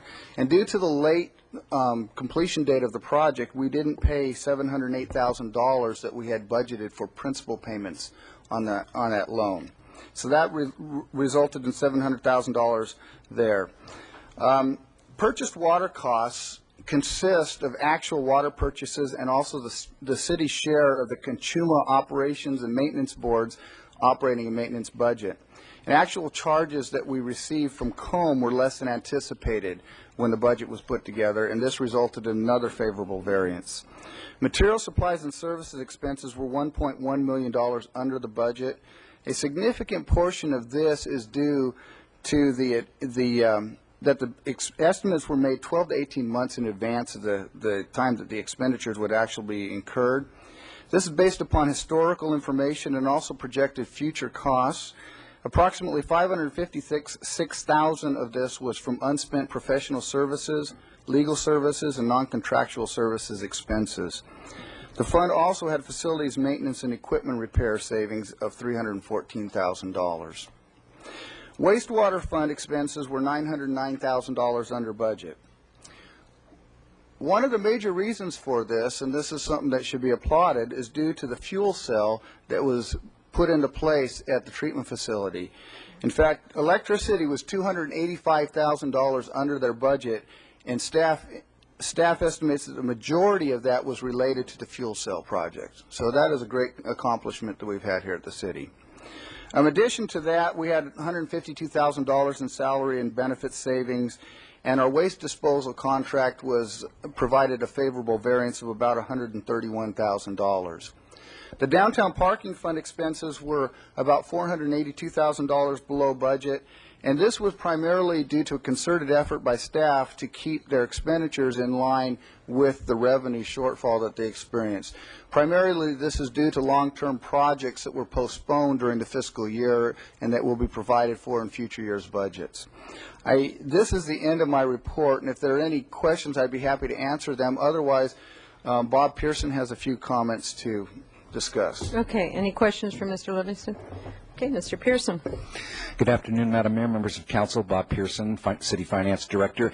And I just want to summarize a bit of what Mr. Livingston addressed and add on to what Councilmember Schneider said and Councilmember House for that matter. And that is, I think as we look forward, we assess the results of fiscal year 2007 and try to apply what we see there to what we're looking at now as we look into this current fiscal year. We do see a higher level of uncertainty than we have in the last couple of years, whether it's property tax, sales tax, or TOT, particularly on the revenue side. With the uncertainty in the economy and the housing market, I do think that staff is more concerned than we've been in the last couple of years about whether we can continue to count on our revenue growth being sustained at levels that we have enjoyed over the last several years, and what kind of pressure that may bring to bear once again on our budget situation, because as you know, we've been managed now to adopt a balanced budget for several years, and obviously staff is committed to continuing that, and we just hope that we have the resources to do that without having to make some additional tough decisions. So that's one piece. And then the other thing I wanted to mention is the impact on reserves, and as Councilmember Schneider correctly pointed out, the amended budget for the general fund for fiscal year 07 actually anticipated the use of some $6 million in reserves, and between actual expenditures exceeding revenues and the encumbrances at year end, we used about $3.1 million of reserves. So we did indeed use approximately $3 million less in reserves than the budget anticipated.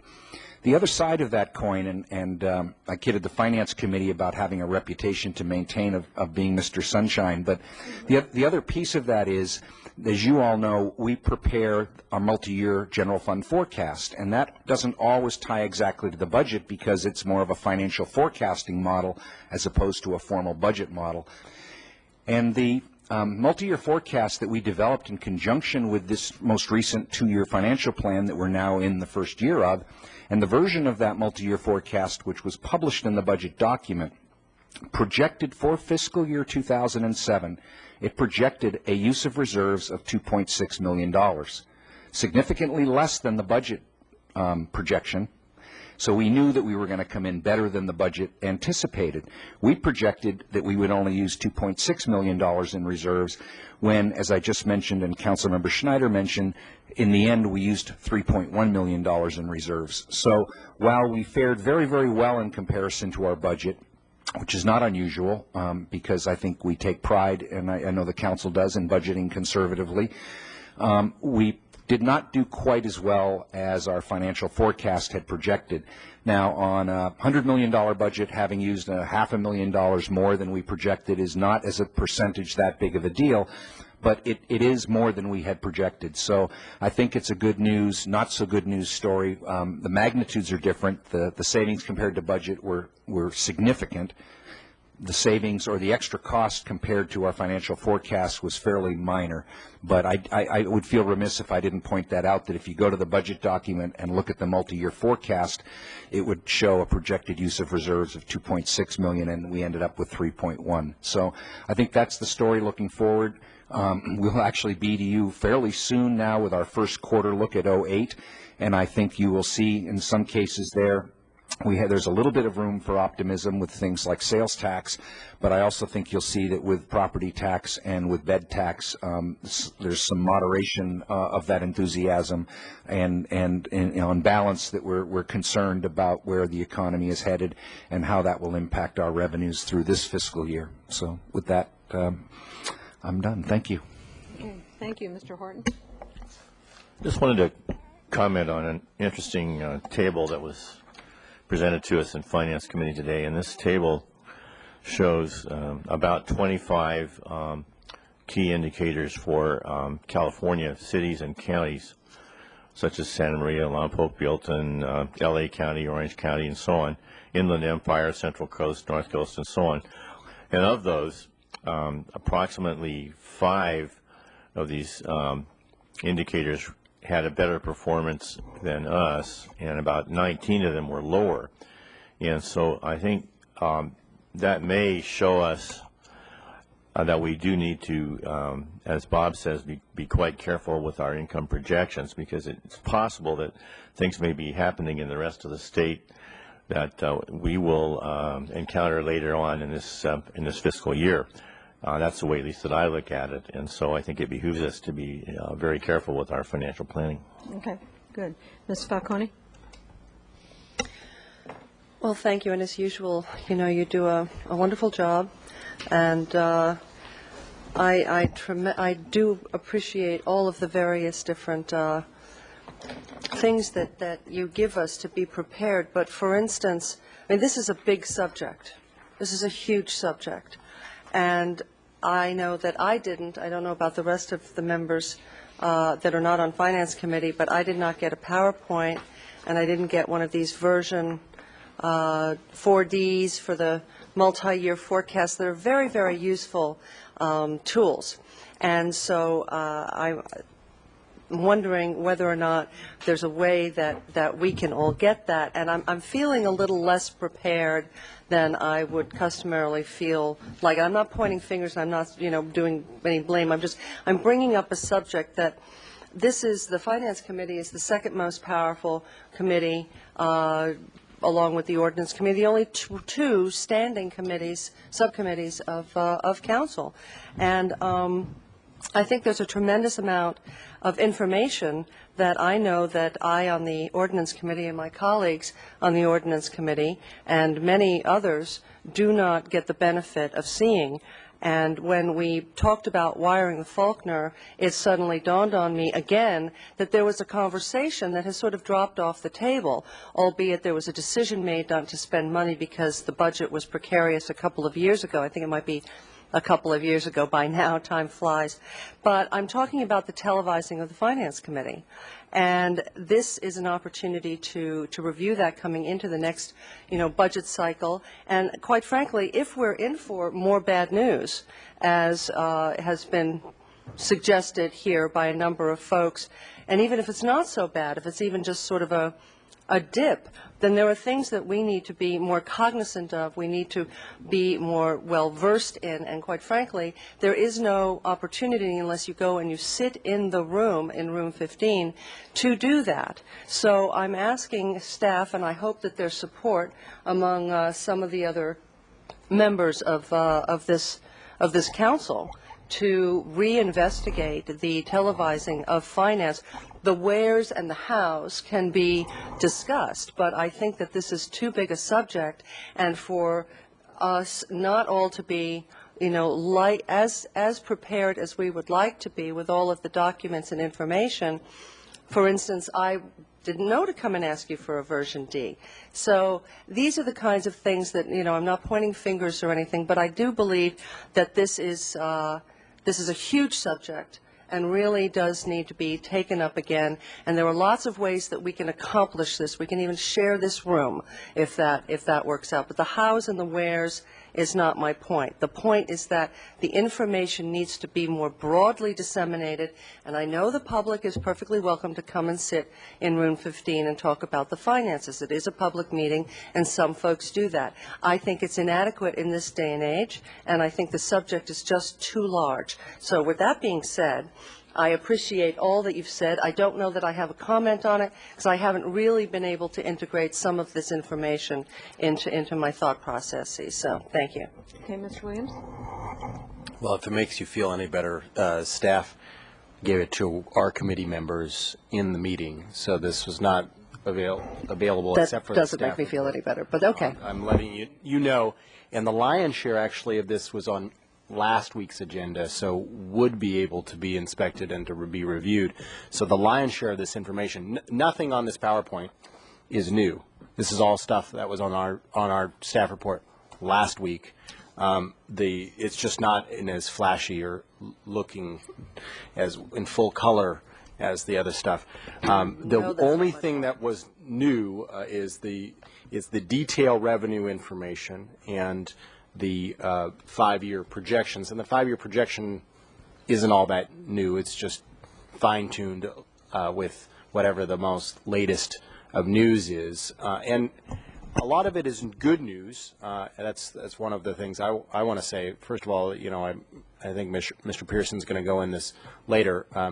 We do have balanced budgets ahead of us if we are careful. And that's I think one of the other things, the detailed revenue projections, if you look at it, cause us to have some cause for concern because some of those projections are going to be hard to meet, particularly in TOT and perhaps sales tax. And I just, I'm fine as a member of the Finance Committee. I'd love to, be televised. I would have a greater belief that there's a demand for it if anybody ever came to our meetings. The press doesn't not even attend. So I mean, I think it's just one of those things that's been a long-standing things in government. that there's a cartoon that's still in my office that a former council member of ours gave us, Rusty Fairley gave me. It's a picture of a council meeting with says budget hearings outside, and then the place is empty, and then the next panel is cat leash law, and the place is packed full, and it's just sort of I think that's a common thing in government that people have a hard time getting their mind around numbers. It's not as emotional of a thing, but budgets do reflect our values and our priorities, so I implore people that are watching this and are paying attention to come to Finance Committee meetings. It'd be great to get them televised in the future and to have more attention spent on them. Thanks, Madam Mayor. I just want to second Ms. Falcone's observations. She made them last week, and I'd kind of forgotten about that whole idea that we were going to start televising the finance. And I know you guys count votes, so there's at least 2 of them here. And it's not, I don't want it to happen in the future. I really want it to happen as quickly as possible. I would like to have it on a 3 or 4 month. We've got electricity on that wall. The other wall is room 15. Just a few moments ago, Ms. Schneider commented to me on the Ordinance Committee. It was an issue that she was interested in, and she got to watch it on TV. She's a member of a Finance Committee and gets to watch the Ordinance Committee in its discussions. I'm a member of the Ordinance Committee, and I can't watch the Finance Committee meetings unless I go. But most of the time, we're at the same, most days, it's at the same time period. So I am completely ignorant of what happens, and I get a digested version later. And I think Mr. Williams is correct when he says that most people are kind of ho-hum and not interested in it. However, We thought that was true of the ABR.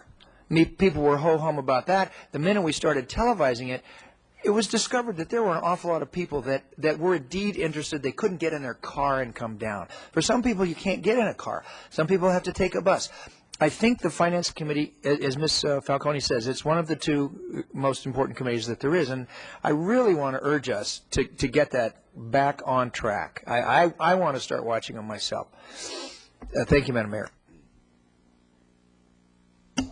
Well, thanks. Since on that, the Ordinance Committee wasn't even televised until just a few years ago when we were on, and I suggested to the Finance Committee at that time when I was on the Ordinance Committee to do so, and thankfully the Council decided to make that happen. So it's true, I do look at the Ordinance Committee when I'm not on it and in my office, or we can hopefully look at it in the archives now that we can do that. So, and I'm pleased that our budget hearings are televised, that we can also look at that in the archives as well as special council meetings. So that's, you know, it's important to know where our dollars go. I do want to get back to the topic of the budget for an issue related to the budget. I want to highlight the wastewater savings of $285,000 of energy savings, mainly due to the fuel cell. And this, I guess I'm going to answer one of the questions. One of the Finance Committee meetings we had that was talking about the long-term life of a project and what the true cost of the project is. There's the cost of building the project, and then there's the cost of maintaining the work, the whatever it is after it's being built, and the financing can be very different in the initial capital expenditures, whether it's one-time money or grant money or so forth, and then it's that ongoing maintenance and operations that other budgets have to take care of in perpetuity. So, when I actually whispered over to Mr. Barnwell earlier before you mentioned, I said, we saved close to $300,000 because of the fuel cell, and his response back was, well, how much did that fuel cell cost to begin with? And my, quip was, well, I don't care. No, but but actually, in some ways, it didn't matter because of the way it was financed was through a grant through the federal government, and it wasn't like it was city general fund money using. But, I think it's good information to have and to look at those projects, just like today we celebrated the installation of solar panels on top of Fire Station 2. Yes, that costs money to put up there, but over time, that, especially if we're looking at what is the world budget going to look like in terms of not only our own sales tax and TOT tax, but energy costs, and over time, what does that mean? And if that's going to go up faster than we think it is, then investing those funds early on those sustainability kind of projects like the fuel cell, like solar panels, really will save funding for the whole city in the long run, and having that long-term goal when they're on our own city facilities, that we're not going to sell Fire Station 2 anytime soon. We're going to have a fire station on the east side. I think is very important. So I did want to highlight that one little piece in there, and I'm glad, Rudy, you brought that up in both places. So thank you.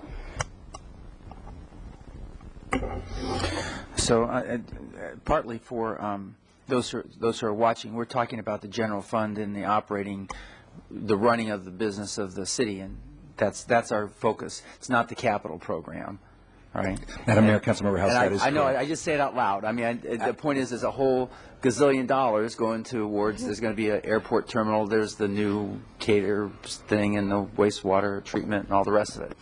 And so millions and millions of dollars that are in a whole different sets of pots of money that are managed by you all. Thank you. Okay, and to what degree then that we don't mix those, do we? We keep those totally. That's like totally separate worlds, the capital and the operating. Madam Mayor, Councilmember House, that's correct.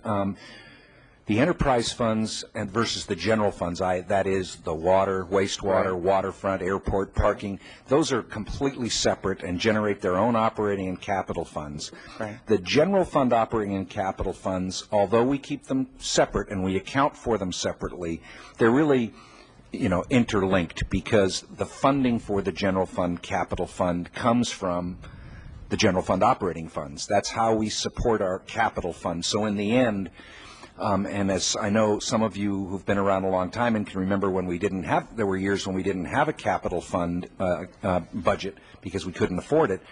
The ability to support an ongoing capital fund really depends on the amount of operating resources that we're willing to set aside off the top, if you will, to support capital. So there is a relationship there.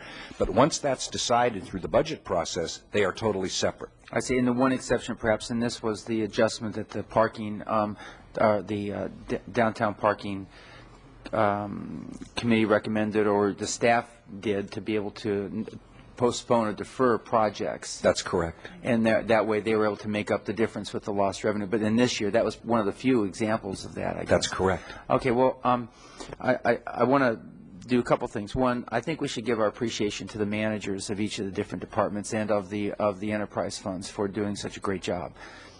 I mean, I mean that sincerely. This doesn't happen by hocus pocus. It happens by everyday good decisions, and keeping to a budget and making those hard decisions and making good recommendations deserves to be commended. And I think we should truly express our appreciation for that. Thank you. I think you just did. Yeah. Okay, then. Hi out there. Thank you. The second thing is looking forward. And this is, I'm a small business guy. It's really funny that all I have to do is just move the dots over, the decimal point over several, but it's like looking at my own freaking spreadsheets. It's like, anyway, but it makes me ask those questions, okay, so what can we do about this? How do we increase revenue? What can a city council do? To not just to, when we talk about the budget, what can we do proactively? Do we invest a little more in the Conference of Visitors Bureau? Do we, things like that. Like, what do we do to increase? And then how do we encourage the conservative management of our cost structure and to really be very, very tight with that? And I've seen where we've used local, like just on that fuel cell thing, we've used local funds to leverage federal, state, or private dollars and expand our pie, so to speak. We're going to, I see here, the telephone, cable TV, we're going to need to watch out for the legislation that could really turn that upside down and take local jurisdictions' ability to garner tax dollars from that. That would be just hard, that would be a very hard loss for us if that were to happen. And making good investments, of course, our administration has been very good about that, and taking into consideration cradle to grave in terms of costs and the long-term benefits of some of the decisions we make. It's really quite something, and I think I go along with what Ms. Falcone is saying, and that is that the degree to which you keep us in the loop and as much as we can stand, I guess, on an ongoing basis is helpful, because we need to make informed decisions. And we're representing the public here, and the degree to which you give us information, it can be helpful. And I think maybe from the administration side, when you see opportunities that we can take, as a city council, and to have a bottom line effect here, I think that's really important that you continue to give us those, share that stuff with us. Okay, thank you. Whoops, I'm going to the wrong microphone here.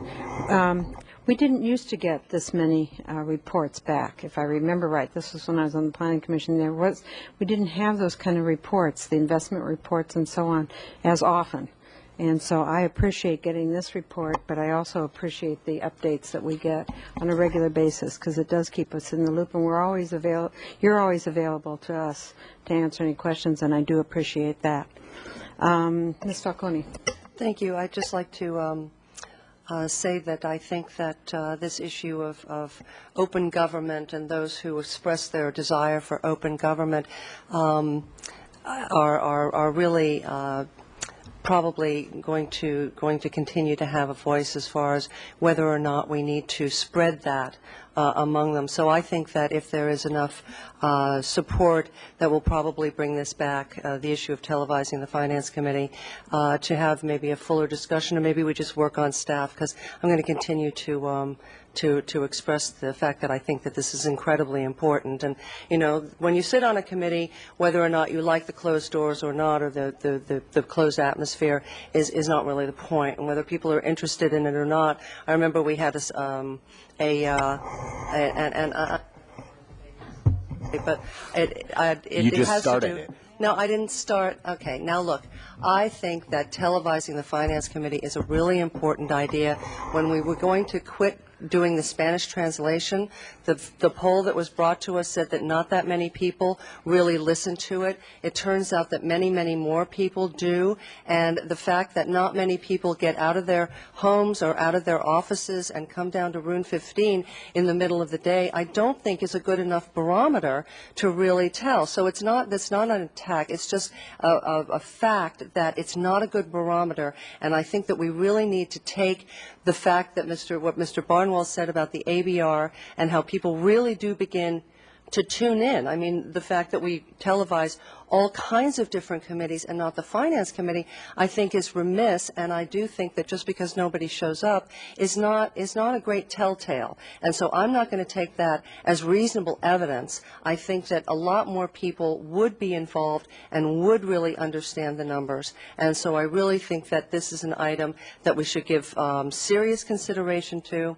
There seems to be a certain amount of support on it, and I really think that, just because it lapsed because of some budget issues 2 years ago or something, it doesn't mean it doesn't deserve another round of discussion. And so I'm bringing it back up because I do think, and I know I've talked to Mr. Horton about this, I do think that there is a desire to allow the public to feed in on this really important information a lot more than they've been given the opportunity to.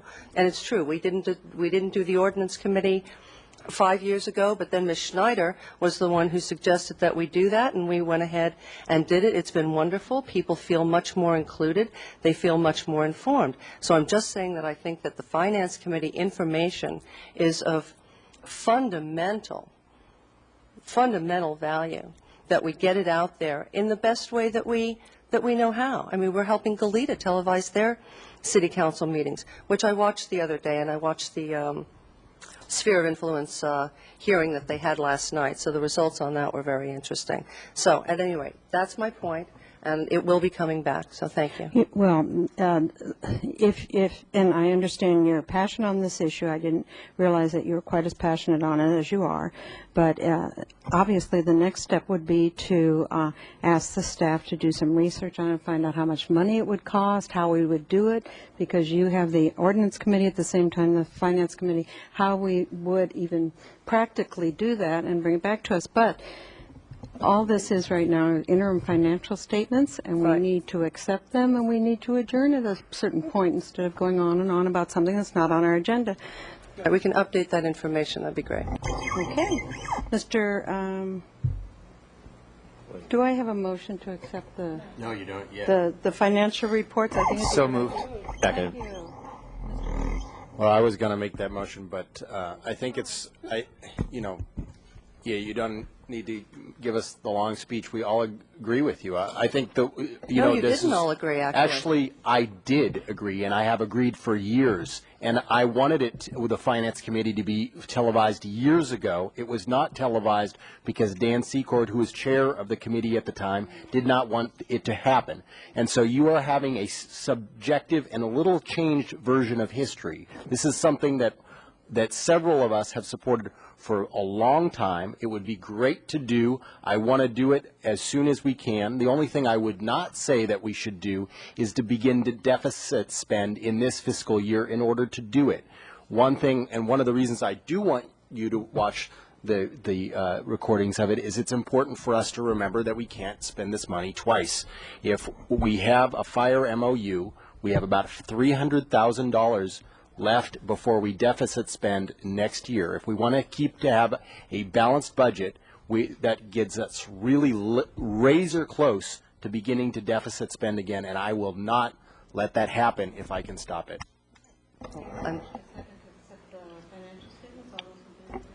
Aye. I'm glad to hear your support.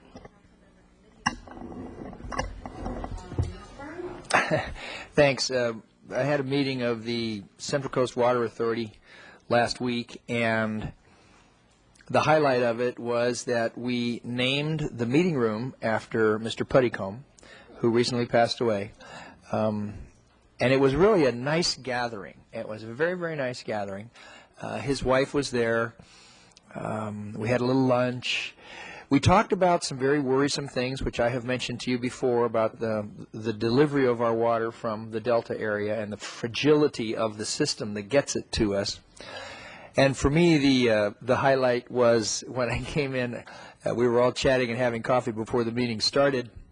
Everybody sat down, and there was a strange silence. There wasn't any too much talking of the 9 other people around there. And I got my coffee, and I came over, and I sat down. And on my end of the dais, and I sit at this end like I do, someone had taken some duct tape, blue duct tape, and gone all along, light blue-colored duct tape. And they said, Mr. Barnwell, I think we've just given you the only light blue line you're going to see, which was kind of funny.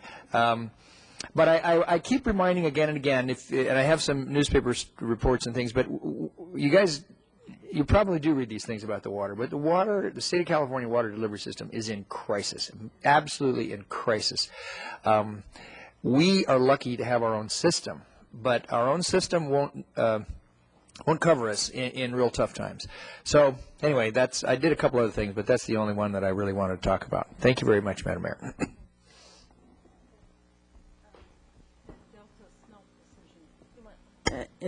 Yes, the Delta Smelt decision. Yeah. The fragility in general, if you remember, about a year ago, one of the levees collapsed. Yeah. And when the levee collapsed, it flooded farmers' fields, and we had a reduction in the water delivery at that point, too. There's several components of that system that are, they truly, and no joke, they date back to Mark Twain in the late 1870s as to how the system actually works. Okay. Well, thank you. Ms. Schneider? Thank you. Just briefly, I want to commend Irene Macias, our library director, for 2 things on the Book and Author Festival that occurred over the weekend back at the library. It used to be in De La Guerra Plaza, and I think it makes sense for a Book and Author Festival to be at the public library, along with a great reception Friday evening.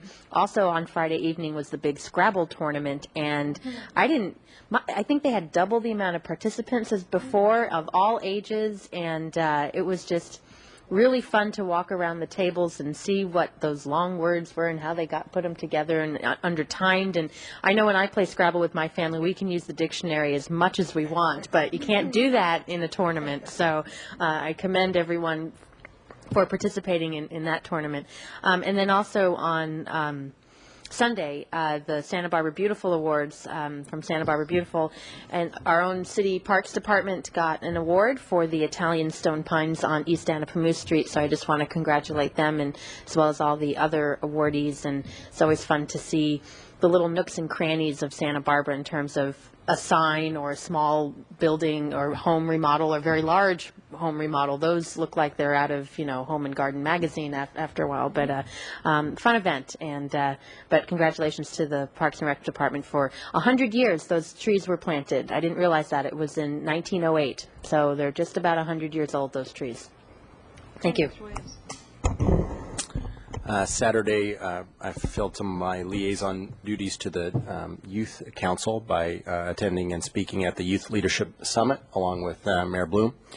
And later that day, attending a fundraiser for All for One, mentorship program for at-risk youth that Peachville should be aware of. And I brought back brochures for all the council members who were not able to come. And I also attended Santa Barbara Beautiful as the liaison that the mayor or council has appointed. And there's been some very deserving folks, as Councilmember Schneider said, including our own Parks and Rec department. But I was also shocked, you'll get a kick out of this, to find on the video, you go, who's gardening, who's planting native plants on one of the creeks in a suit? Oh, that's me, on the video. So it was a little amusing.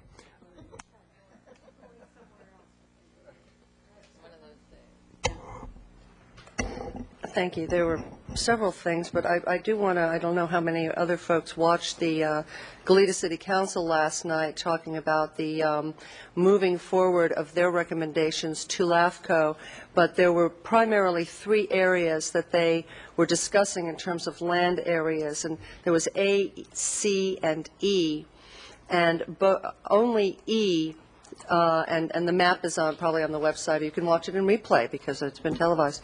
Area E passed unanimously to move forward to LAFCO.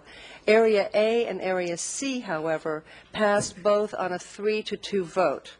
And the two that voted no, that they didn't want those areas included, were Roger Aceves and Johnny Wallace. The other three decided to move all the areas that they were discussing to LAFCO for a discussion.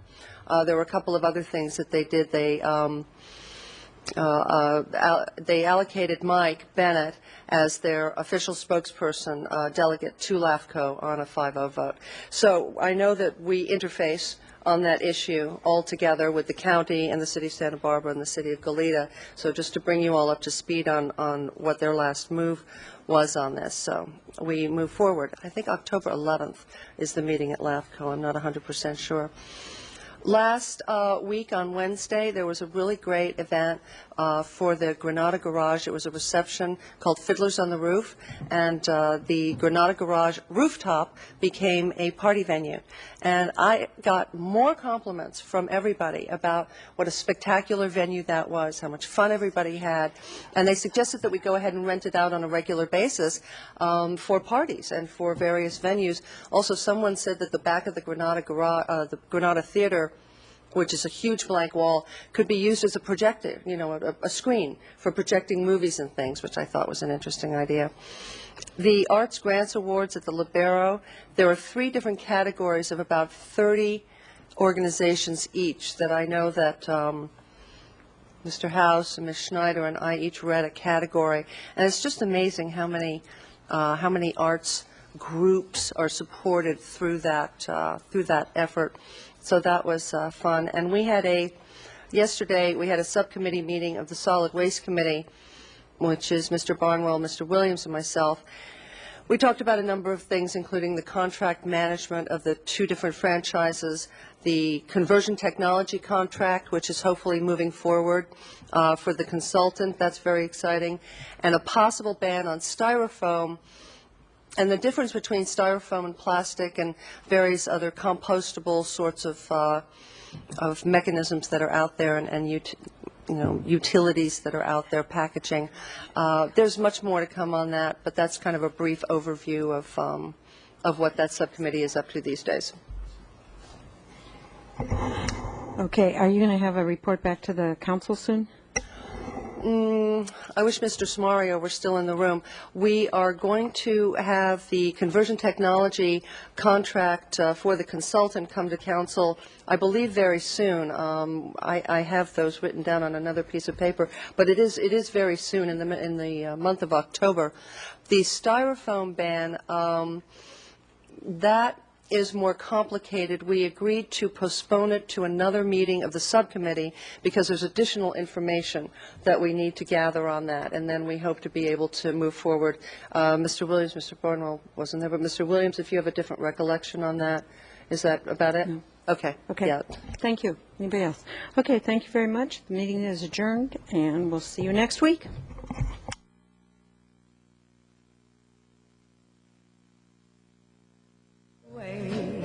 That the rest of them did. Poor broken blossom and no